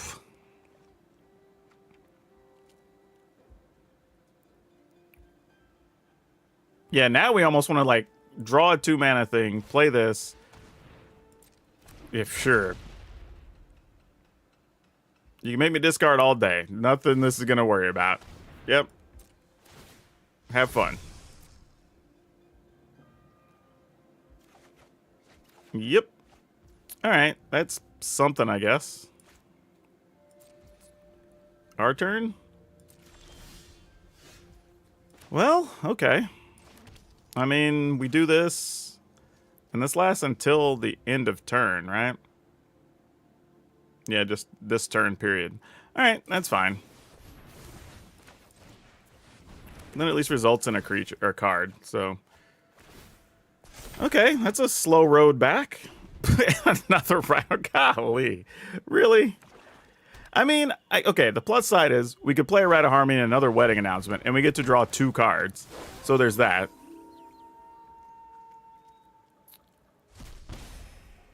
Okay. They didn't remove our other Rite of Harmony, which is interesting.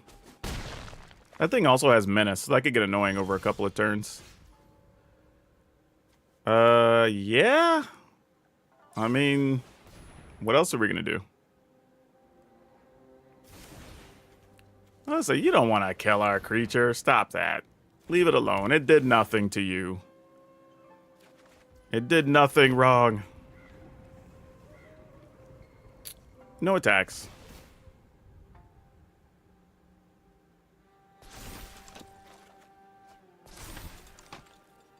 All right, we're trying to pile up some cards here. Let's see if we can make something happen. All right, Cabaret Charm. That's a real thing that could help. That's something. 1, 2, 3, 4, 5. Not quite where we could Cabaret Charm and use a Rite of Harmony, but that's something. Well, they might get our Cabaret Charm here. That sucks.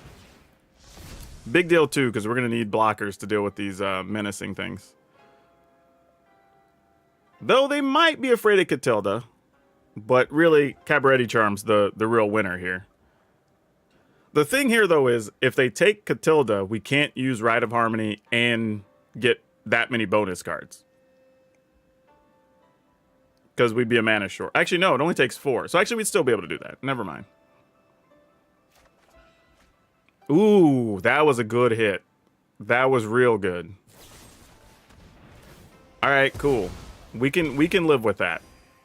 We can chump block a Graveyard Trespasser here. They get one of our Rites of Harmonies. That's fine. That's pretty big. That's real big. All right. Ooh, that's not bad either. Oh my God. Can we make the comeback here? Man, I'm getting my hopes up. I'm getting our hopes up here for a comeback. All right. So we play this. Then we can cast the Queen. We would get 1 card. Actually, we're going to get a Pilot. Actually, this could be very good. Hold up. And then the Queen will be sizable that we could fight with. No attacks. That gets us double bodies. That gets us double bodies. All right. Here we go. Here we go. Now it's a little bit of something. It's a little bit of something. And then we could... 1, 2, 3, 4, 5. Ooh, actually, we could rabble-rousing Cabaret Charm and then get through with a humongous Queen next turn. Oh, man, come on. Don't do it, opponent. Don't get our board. Don't get our board. Target opponent reveals their hand and you choose one. No! Oh, actually, what? They let us keep the rabble-rousing. Oh, crap. That's good, too.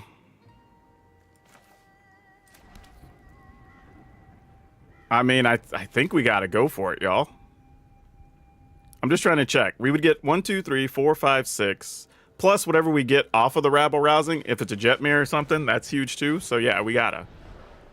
There was a jet mirror under there, folks. Oh boy, this is huge. This is huge. Boom. Whoo. Whoo. Even after all that, after the Liliana, after the Meat Hook massacres. Oh. Oh. So good. My goodness. That was like 3 cards in a row. They were just like, oh, this card's good. Oh, this one's good too. Oh, that one's good too. Like, I feel like my voice got higher with each card.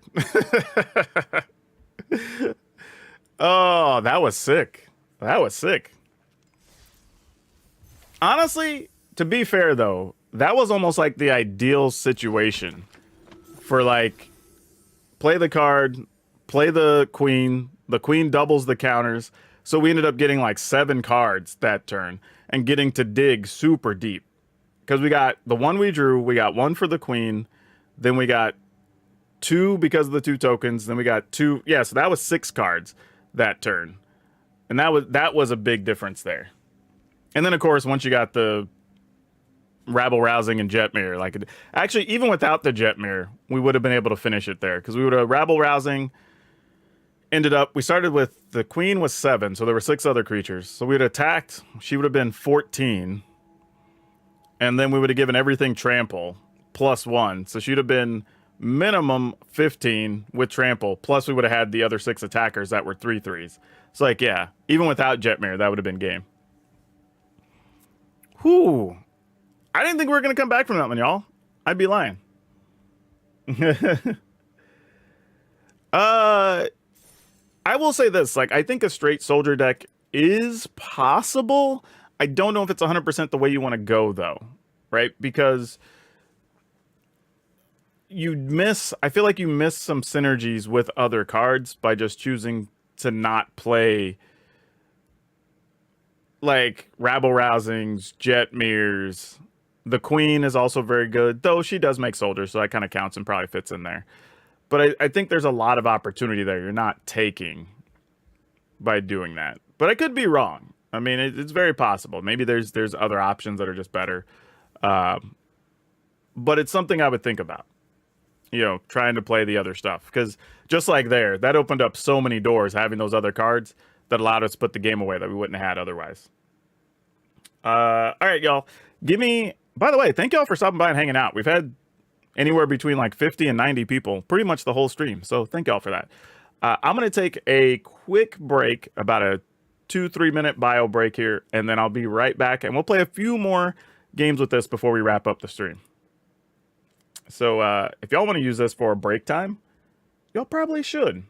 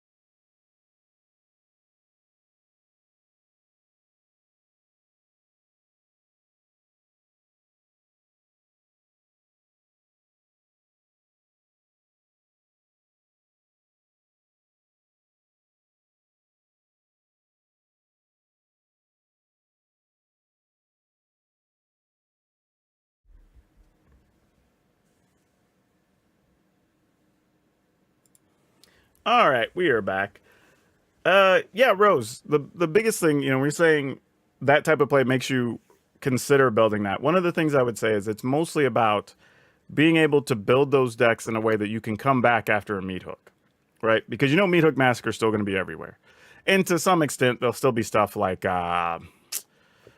Farewell or whatever, right? There's not a lot you can do about that. But Meat Hook is going to be probably the most ubiquitous card you're going to see throughout the format. So like if you know that, you need to have ways set up so like you can have 1 or 2 big turns. Like there, right? We had Liliana come out early while we were stuck on lands, right? Had Liliana come out early, mess with us a little bit, cost us some cards in hand. Then we had the Path of Peril go off, got rid of like 4 creatures while we were trying to set up. And we had a Meat Hook Massacre go off, got rid of everything. And then we were able to have like 2 of our last 4 turns were very big to let us like set up a board and then go for it on the next turn and win, right?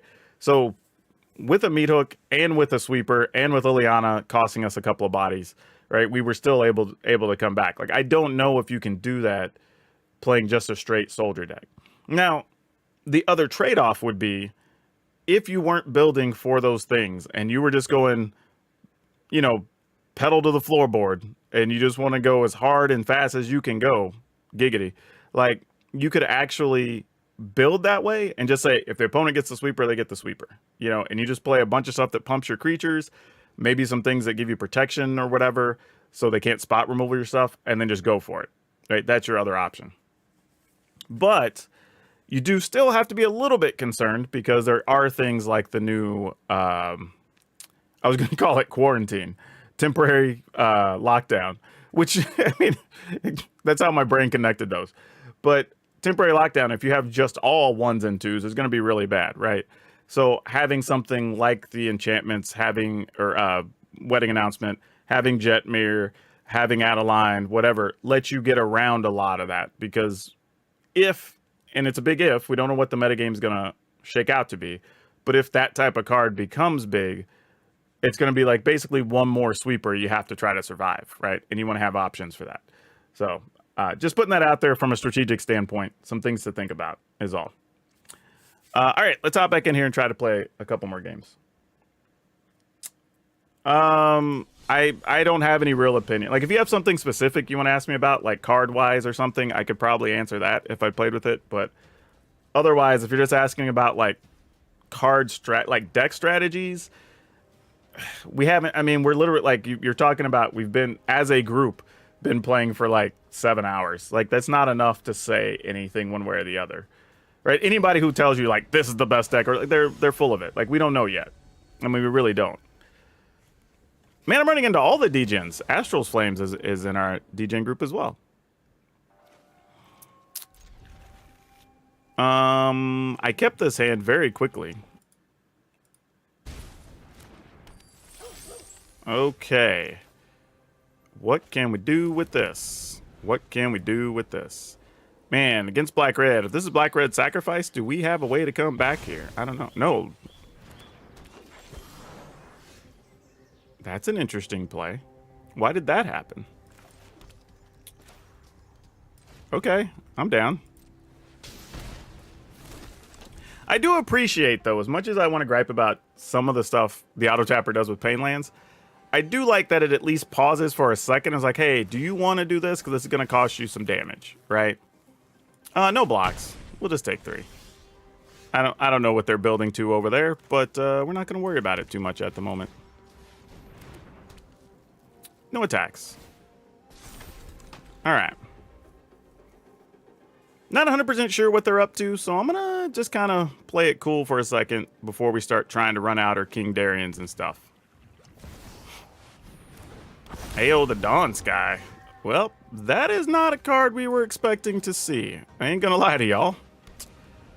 That is a little bit surprising. All right. Oh, wait, crap. We can't even cast the Wandering Emperor. Oh, I thought I had another white land. Oh, I deserve to die here. I totally deserve to die. That's so dumb. And that's my own damn fault.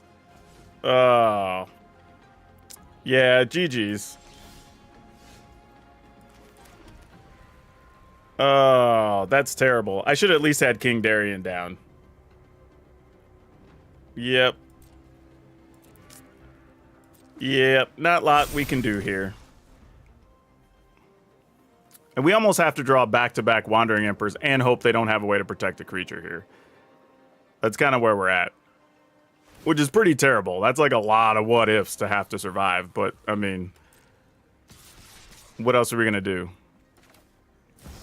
I mean, because we can't get AO with this at all. It doesn't even tap. So we can try to get at sushi. You'll be safe.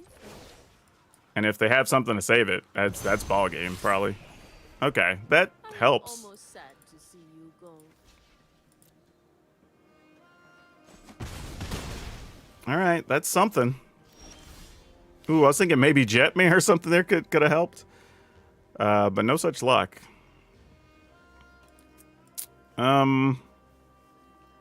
Boy, what are we looking to do here? King Darien. I'm just trying to think, like, if I even need to play this to try to get cards here. But the only thing I can do, I could play this minus this to get a body and then decide if we want to play Darien or not, I guess is a thing. I mean, that might be the best call. Let's go with that. I think the play is still going to be Darien, honestly. I think that's still the end result here. I guess that's it then. May your blade strike true. Oh, hold up. Cabaret Charm, huh? All right, deck. I see you. Respect. It's not what I was expecting to have happen there. So opponent's at 19. We can't kill them. Even if we play Darien, that's not going to be enough. But this could actually kill AO. Makes that big, but okay. I guess we got to try, right? I mean, Or do we want to do it during their end step so we don't get attacked with whatever it is they find? That's the other problem.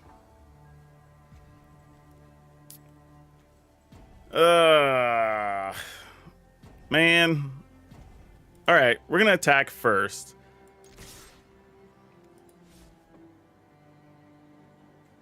We're only at 8. Whew, this is not easy.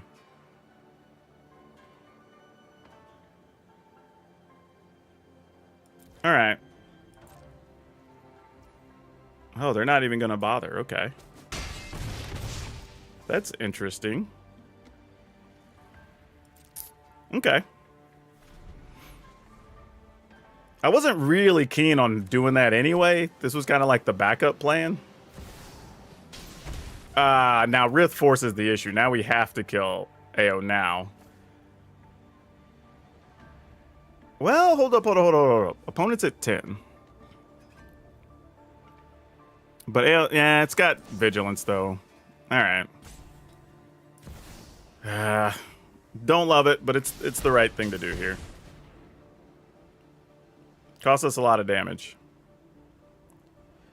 I will tell you, though, the other thing I considered was if they didn't have a removal card or anything, could we just have made a big queen and then attacked the next turn and given everything trample? Which feels like a somewhat viable option, but now this is very scary. I don't think that's enough to do anything for us. Yeah, rabble-rousing's... Actually, we have to rabble-rousing and hope to hit a Jetmare. That's our ticket. Come on, spin that wheel. Oh, don't kill a creature. No. Oh, they got us. That keeps us from getting to 10. That's all right. We wouldn't have hit the Jetmare anyway. All right. GG's. Dang it. So close. So close. All right. We're going to give that to him. That was close. That was close. Did I draft? No, I don't draft hardly at all. So I told people, if you ever want to see me draft, this is the way I would draft. If I ever get enough people that are okay with watching me draft, watching me build the deck, and then not play the games, I will draft on the channel. But otherwise, I'm not going to give... Unfortunately, I wouldn't be providing the draft content that most draft people want to see.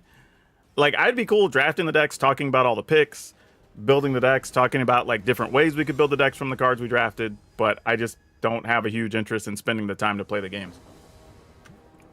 Partly because I'm making too much other content and drafting... Like I said, like the idea of drafting the cards, talking about them, building the decks and talking about what we could build out of the cards we draft. But playing the games to play with cards that I'm never going to use again, and there's nothing really for me to learn from them, that takes away time from me building other constructed content or making these other videos I've been making for you, whatever. So I can't justify drafting because there's just not enough there. So if y'all are okay with that, then I would do that. But if people don't want to see that because you like seeing draft games play out, then I wouldn't be providing the content you want. Hopeful initiate. Okay. Ooh. Do we want a Catilda there? If we Catilda, we could... And this does make humans. Alright, let's see if Catilda lives. I assume Catilda's gonna live unless they want to do something like Fateful Absence or something. I just realized this is a new board. I don't know how I didn't notice that before, but it's kind of neato. Oh, black mana. That's not what we wanted to see from the opponent. Alright, well, we're going to Rite of Harmony. See how you feel about that. We're probably just setting ourselves up for a meat hook for one, but yeah, whatever. At least we'll have cards to play with after the fact. They're not going to meat hook. They've got an initiate, right? I mean, they could meat hook for one and keep an initiate, but I don't think that's what they're going to do there. They wanted to cut down our Deuter. That's fine. We ultimately didn't have anything else to do with our mana anyway, so it's fine.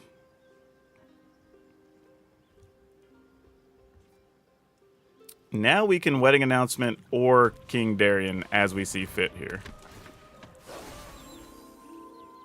Could be worth it to King Darien, possibly. I say that. We might just Wandering Emperor. Might not be worth it to do anything else. Yeah, we just let it go. Like, we'll end up discarding a card, but that's fine.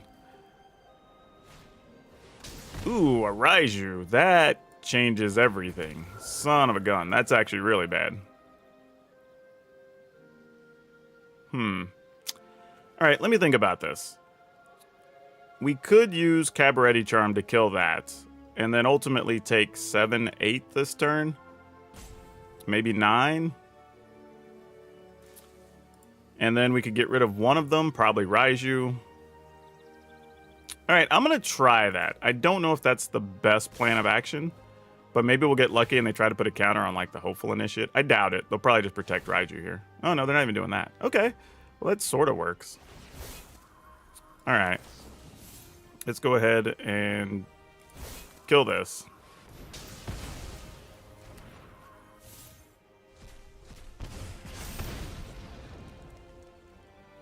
Yeah, we just take it. I mean, if they have another Raiju, we're just gonna eat it anyway, so whatevs. Oops, almost clicked the wrong thing. My judgment No attacks. Unfortunately, we didn't draw a land, and we drew another Rite of Harmony, so I'm not sure what we do from here now. Because I was hoping to be able to maybe set up... Yeah, exactly. All right, GG's. You're going to have this one pretty locked up, opponents. Question is, do we care about protecting that? And that is a real question, considering we have possible access to Jenny Faye next turn. And if we turn that into a 3-1, is that better in keeping that alive? I can't... Yeah, I think we just let it die. Yeah, this not being a land really hampers us. Okay, that helps a little bit, because these are humans. So I can get us 4 mana, but still doesn't solve our problem. Yeah, we're just going to have the wrong number of lands. I think here's all we can do.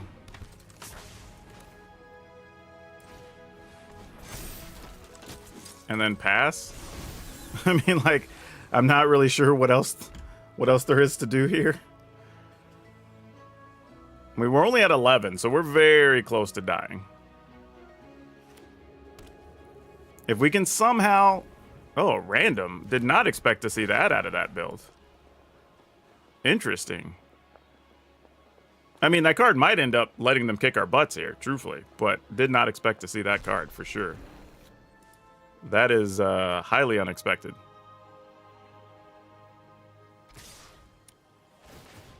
All right, so this does create a real problem of what are we going to try to kill here? And how much are we going to try to keep Catilda alive? Now, Catilda can block a werewolf. But we're only at 10.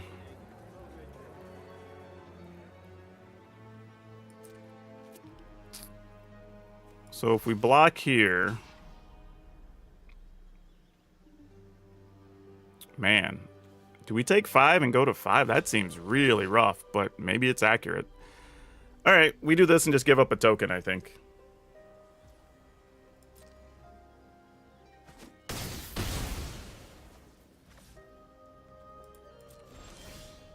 Okay, there's a land.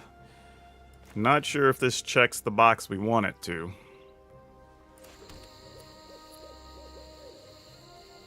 Okay, we can Jenny Faye tap Darian to play Wedding Announcements, and that gets us another body that happens to also be a human. Or we can... I kind of want a rights, but I don't know what we'd even rights into. We may not even make a human. We might just make a cat. And it'd be a 4/2 cat. I think that's what we want to do here, actually. Feels a little gross, but I think that's what we want to do. And then we'll play this. Well, I kind of was thinking about tapping Catilda Arena. Before, it's been asking me what I wanted to tap. Well, all right, crap. Decision made, I guess. No attacks. In the turn. Make a dog. I mean, like, Arena was just like, nah, you're tapping this token.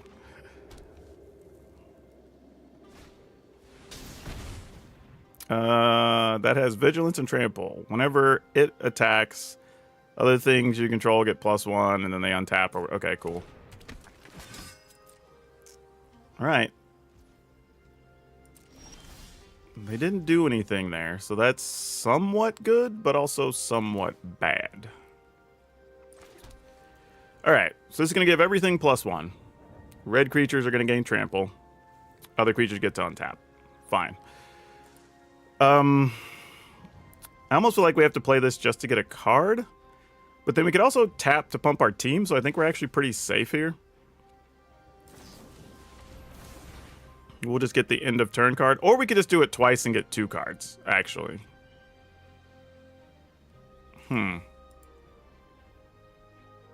No, I like the idea of being able to leave mana open to pump our team. So yeah, let's just do that. Actually, I should have attacked with the dog, actually. Well, no. They have a 5 power guy.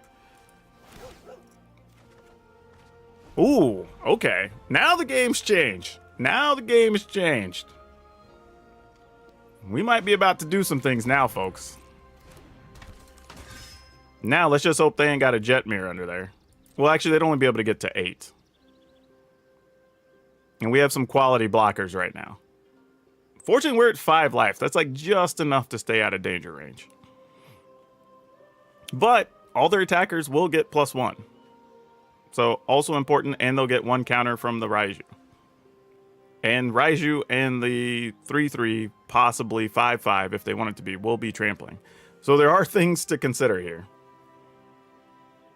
Oh, actually, no. They'll get the other creature after they attack, so that won't trigger for the other thing. Actually, no, it would, actually. Ooh, depending on what they have under there, this could be bad. Yeah, I don't blame you for taking the time to think here, opponent. This could be real bad for us, actually. Yeah, you're going to get to 10.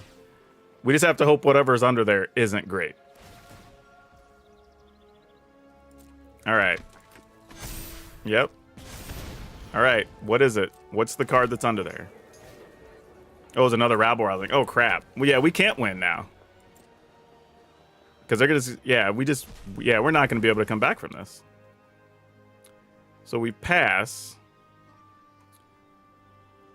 Oh, how do we do this and not die? We block here. Block here.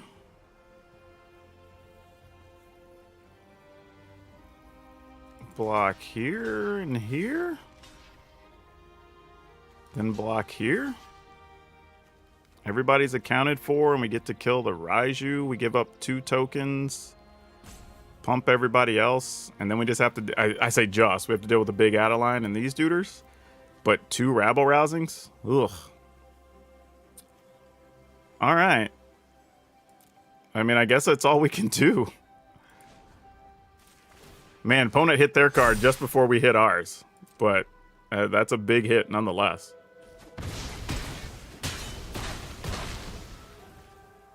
All right.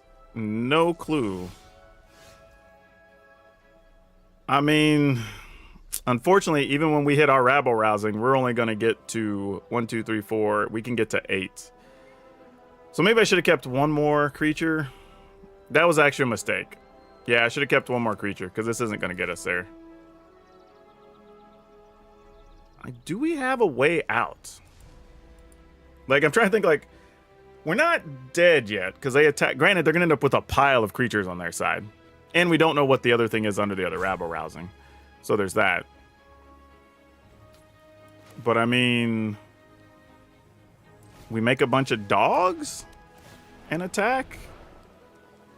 I mean, Jetmir is something if we get lucky and survive long enough for that.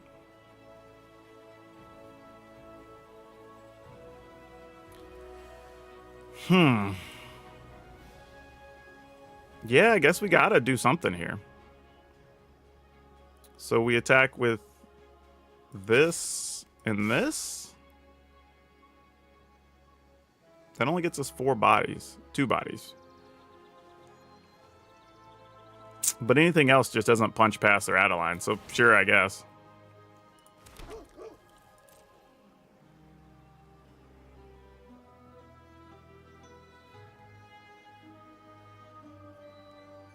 I mean, we're just trying not to die at this point. I don't know what's under their other rabble rousing.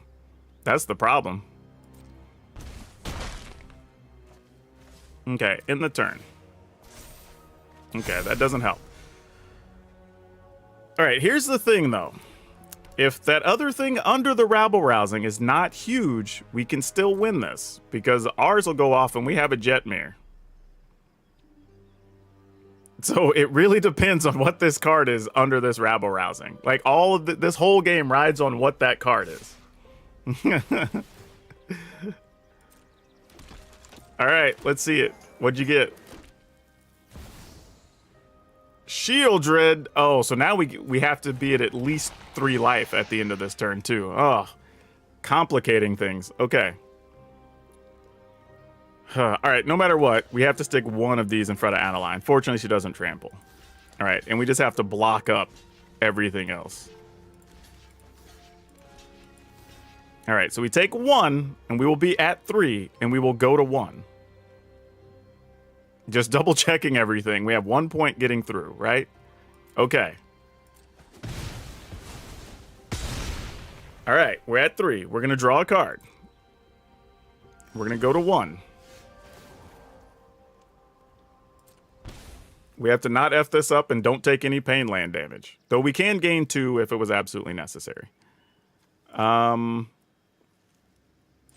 Anything else we need to do here to make sure this... Opponent's hand's empty. Just double checking. We have 5 attackers. We attack. We can play this without taking any damage. That's fine. All right. Get our attacks on.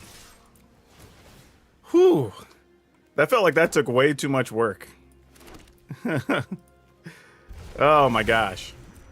Dueling rabble rousings, and opponent got 2, and somehow we survived that. Oh my gosh, that was brutal. Yeah. I think we somehow got turned around. Yeah, that was a good one, opponent. Wow. Ooh, that was a battle. That was a battle. Dang. Whew.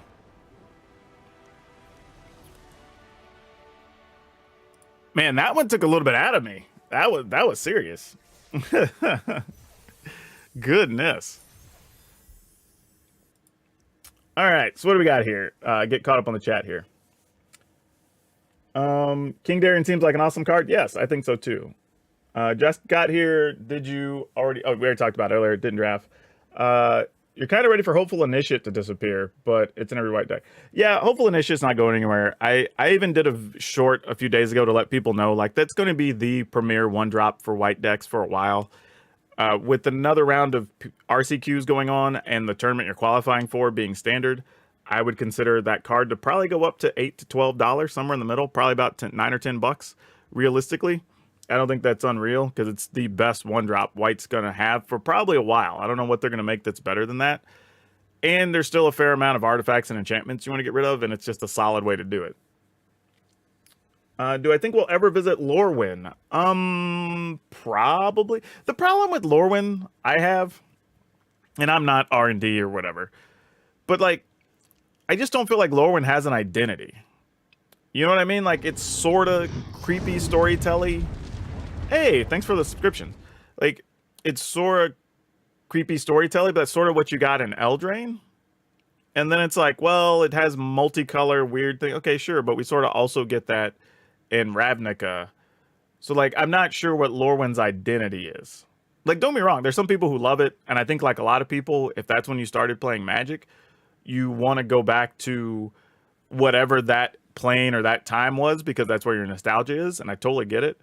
But I just, like, if people ask, like, if you ask me, like, what's Ravnica? Oh, it's a city of guilds. Like, everything's built around these cities with these clans or whatever, right? You ask me what Lorwyn is, or Eldraine is, right? You can tell you, like, it's fantasy storytelling, whatever, right? What's Ixalan, right? It's dinosaurs and vampires and blah, blah, right? Exploration, whatever. But, like, I don't know what you would even say Lorwyn is. Like, if we went through the different sets and we talked about the different planes in the worlds, like, Lorwyn's one I could never really describe to people. So I'm not sure, other than just saying we're going back to Lorwyn and people being excited about it, I don't even know what the theme would be. Like, thinking about the last few sets, like, let's say you're talking about, like I said, like Ixalan, right? You could build a whole campaign and promotion around it or whatever, and it's resonant of what it is, right? It looks a certain way. There's certain expectations.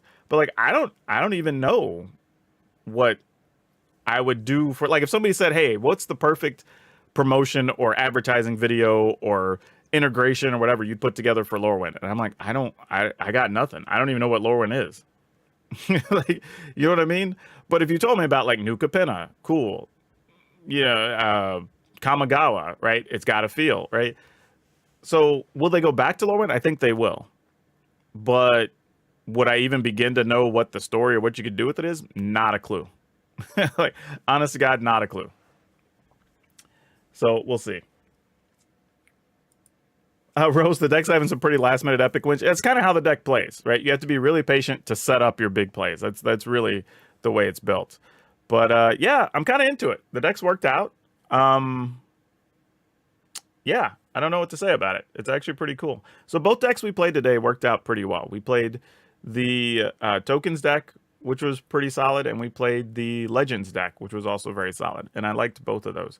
They're really fun. I think we could tweak each of them a little bit.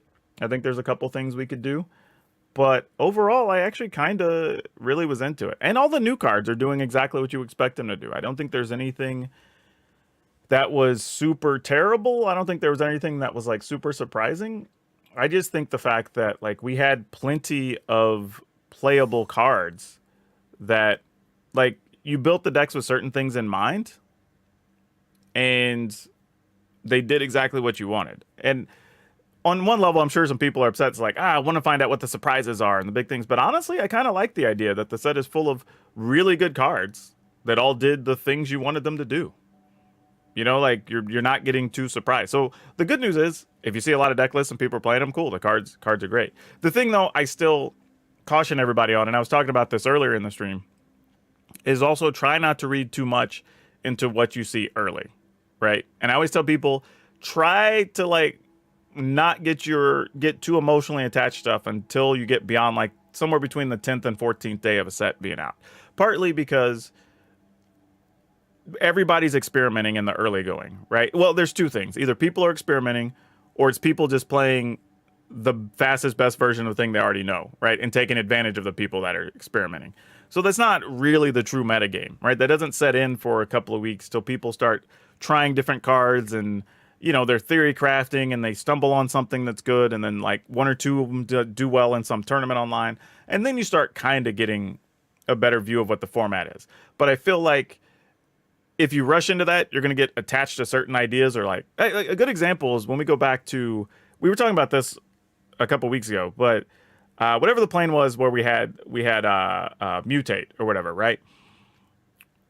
The thing there is like early on, everybody thought Garuda was too good, right? We're like, these Garuda decks are going to be the thing to play, and like they're so hard to beat and whatever.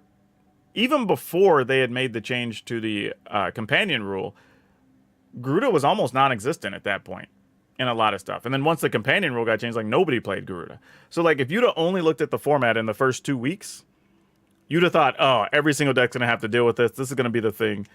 And then by the end of that month, it wasn't even that big of a deal, right? You went from playing against Garuda every third game to maybe playing against Garuda like at worst twice a night, right? So that is a good example of just how things change so much. I mean, I want to say even with New Capenna, right? Everybody was like, oh, Ob Nixilis is too good. This card needs to be banned, blah, blah, blah. Like that's all you were hearing for like a week. And then now, like you might run into an Ob Nixilis. If you played for a 2-hour stretch, 3-hour stretch, best of one, you might run into it once, maybe twice. But I could see how you'd have spent all your wild cards and done this thing like diving in on that card, thinking it's the best thing since sliced bread. And then, you know, a couple weeks later, everybody knows how to play around it. And you're like, oh, this card's not as good as I thought. Not saying that it's a bad card, and you're not going to be like super upset that you did craft it or whatever. But it's not on the pedestal everybody was giving it for that first week. So that's just the word of caution, especially for people that are new. Maybe you haven't lived through a rotation and seeing people try different cards. Like it can be really exciting when you see a thing look super impressive, but just scale it back. Also, I also want to say, if you see something that's good but not great, also don't just look at the results. Look at the method and the games played and how that result happened. Because like a good example is today, right? We played a couple of games where like, yeah, we got some losses, but some of those we just didn't draw land. Or at least 2 of them, I made a mistake, right? So that's not the deck's fault. The deck probably played a little better than that, but I screwed it up, right? So at some point, people look and go like, oh, well, this deck was only like 3-3 or whatever. But if you look at those 3 losses and say like, well, one of them was a misplay and the other one came up short on land. So if you exclude those, well, now it's 3-1, right? Like, so now what? You know what I mean? Or vice versa, where your opponent got unlucky, or you got really lucky and top decked 2 or 3 turns in a row or whatever. And you go, oh yeah, look, the deck was 4-2. And I'm like, yeah, but we did get lucky in like 3 of those games. So it might really be like, I don't know, a 2-4 deck possibly, right? And I think people get lost in that sometimes. So analyze, pay attention, listen to what the streamers are telling you or creators when they're building those decks. I think it can help you out and go a long way. But I think that's going to do it for now, y'all. We're going to wrap things up. As always, wherever you're watching, whenever you're watching, good morning, good afternoon, good evening, and good night. Really appreciate you being here, spending this morning/afternoon/early evening, depending on where you are, with me while we were playing some of the new cards from Dominaria United. I definitely will be putting out more of these. If you missed these, I will be cleaning these up and putting up as videos if you want to watch these on YouTube later in the week. And if you want to follow me, I will be over on Facebook shortly for about 2 hours, and then I'll be wrapping up some streaming over on Twitch for the evening. So I will be playing another variety of decks if you want to follow those around. It's PowrDragn, just like it's spelled here. You can catch it everywhere. But yeah, like I said, going to be over on Facebook Gaming if you want to go follow over there. And then tonight on Twitch. So yeah, it was fun. Appreciated. Conversation was good. We answered a lot of questions. That's always great. And hopefully I'll watch those other videos I have with content coming up. We have some pre-built decks. So you can just quickly add cards from the new set to those. So I have those up as well, the rotation-ready decks. And then we just have a bunch of stuff about underrated cards, overrated cards. Tons of stuff. Thank you for that sub, by the way. Just tons of good stuff going on right now with this set. And it looks super fun, super exciting. So hopefully everybody gets to have some fun with it. Because when everybody's having fun, that's what we want, right? So anyway, we'll see y'all. Thanks for stopping in. Much appreciated. A bunch of y'all stuck it out for a long stream today, so I really appreciate that. But time to go. I need to grab a snack and then get to more streams. So thank y'all, and we'll catch you around.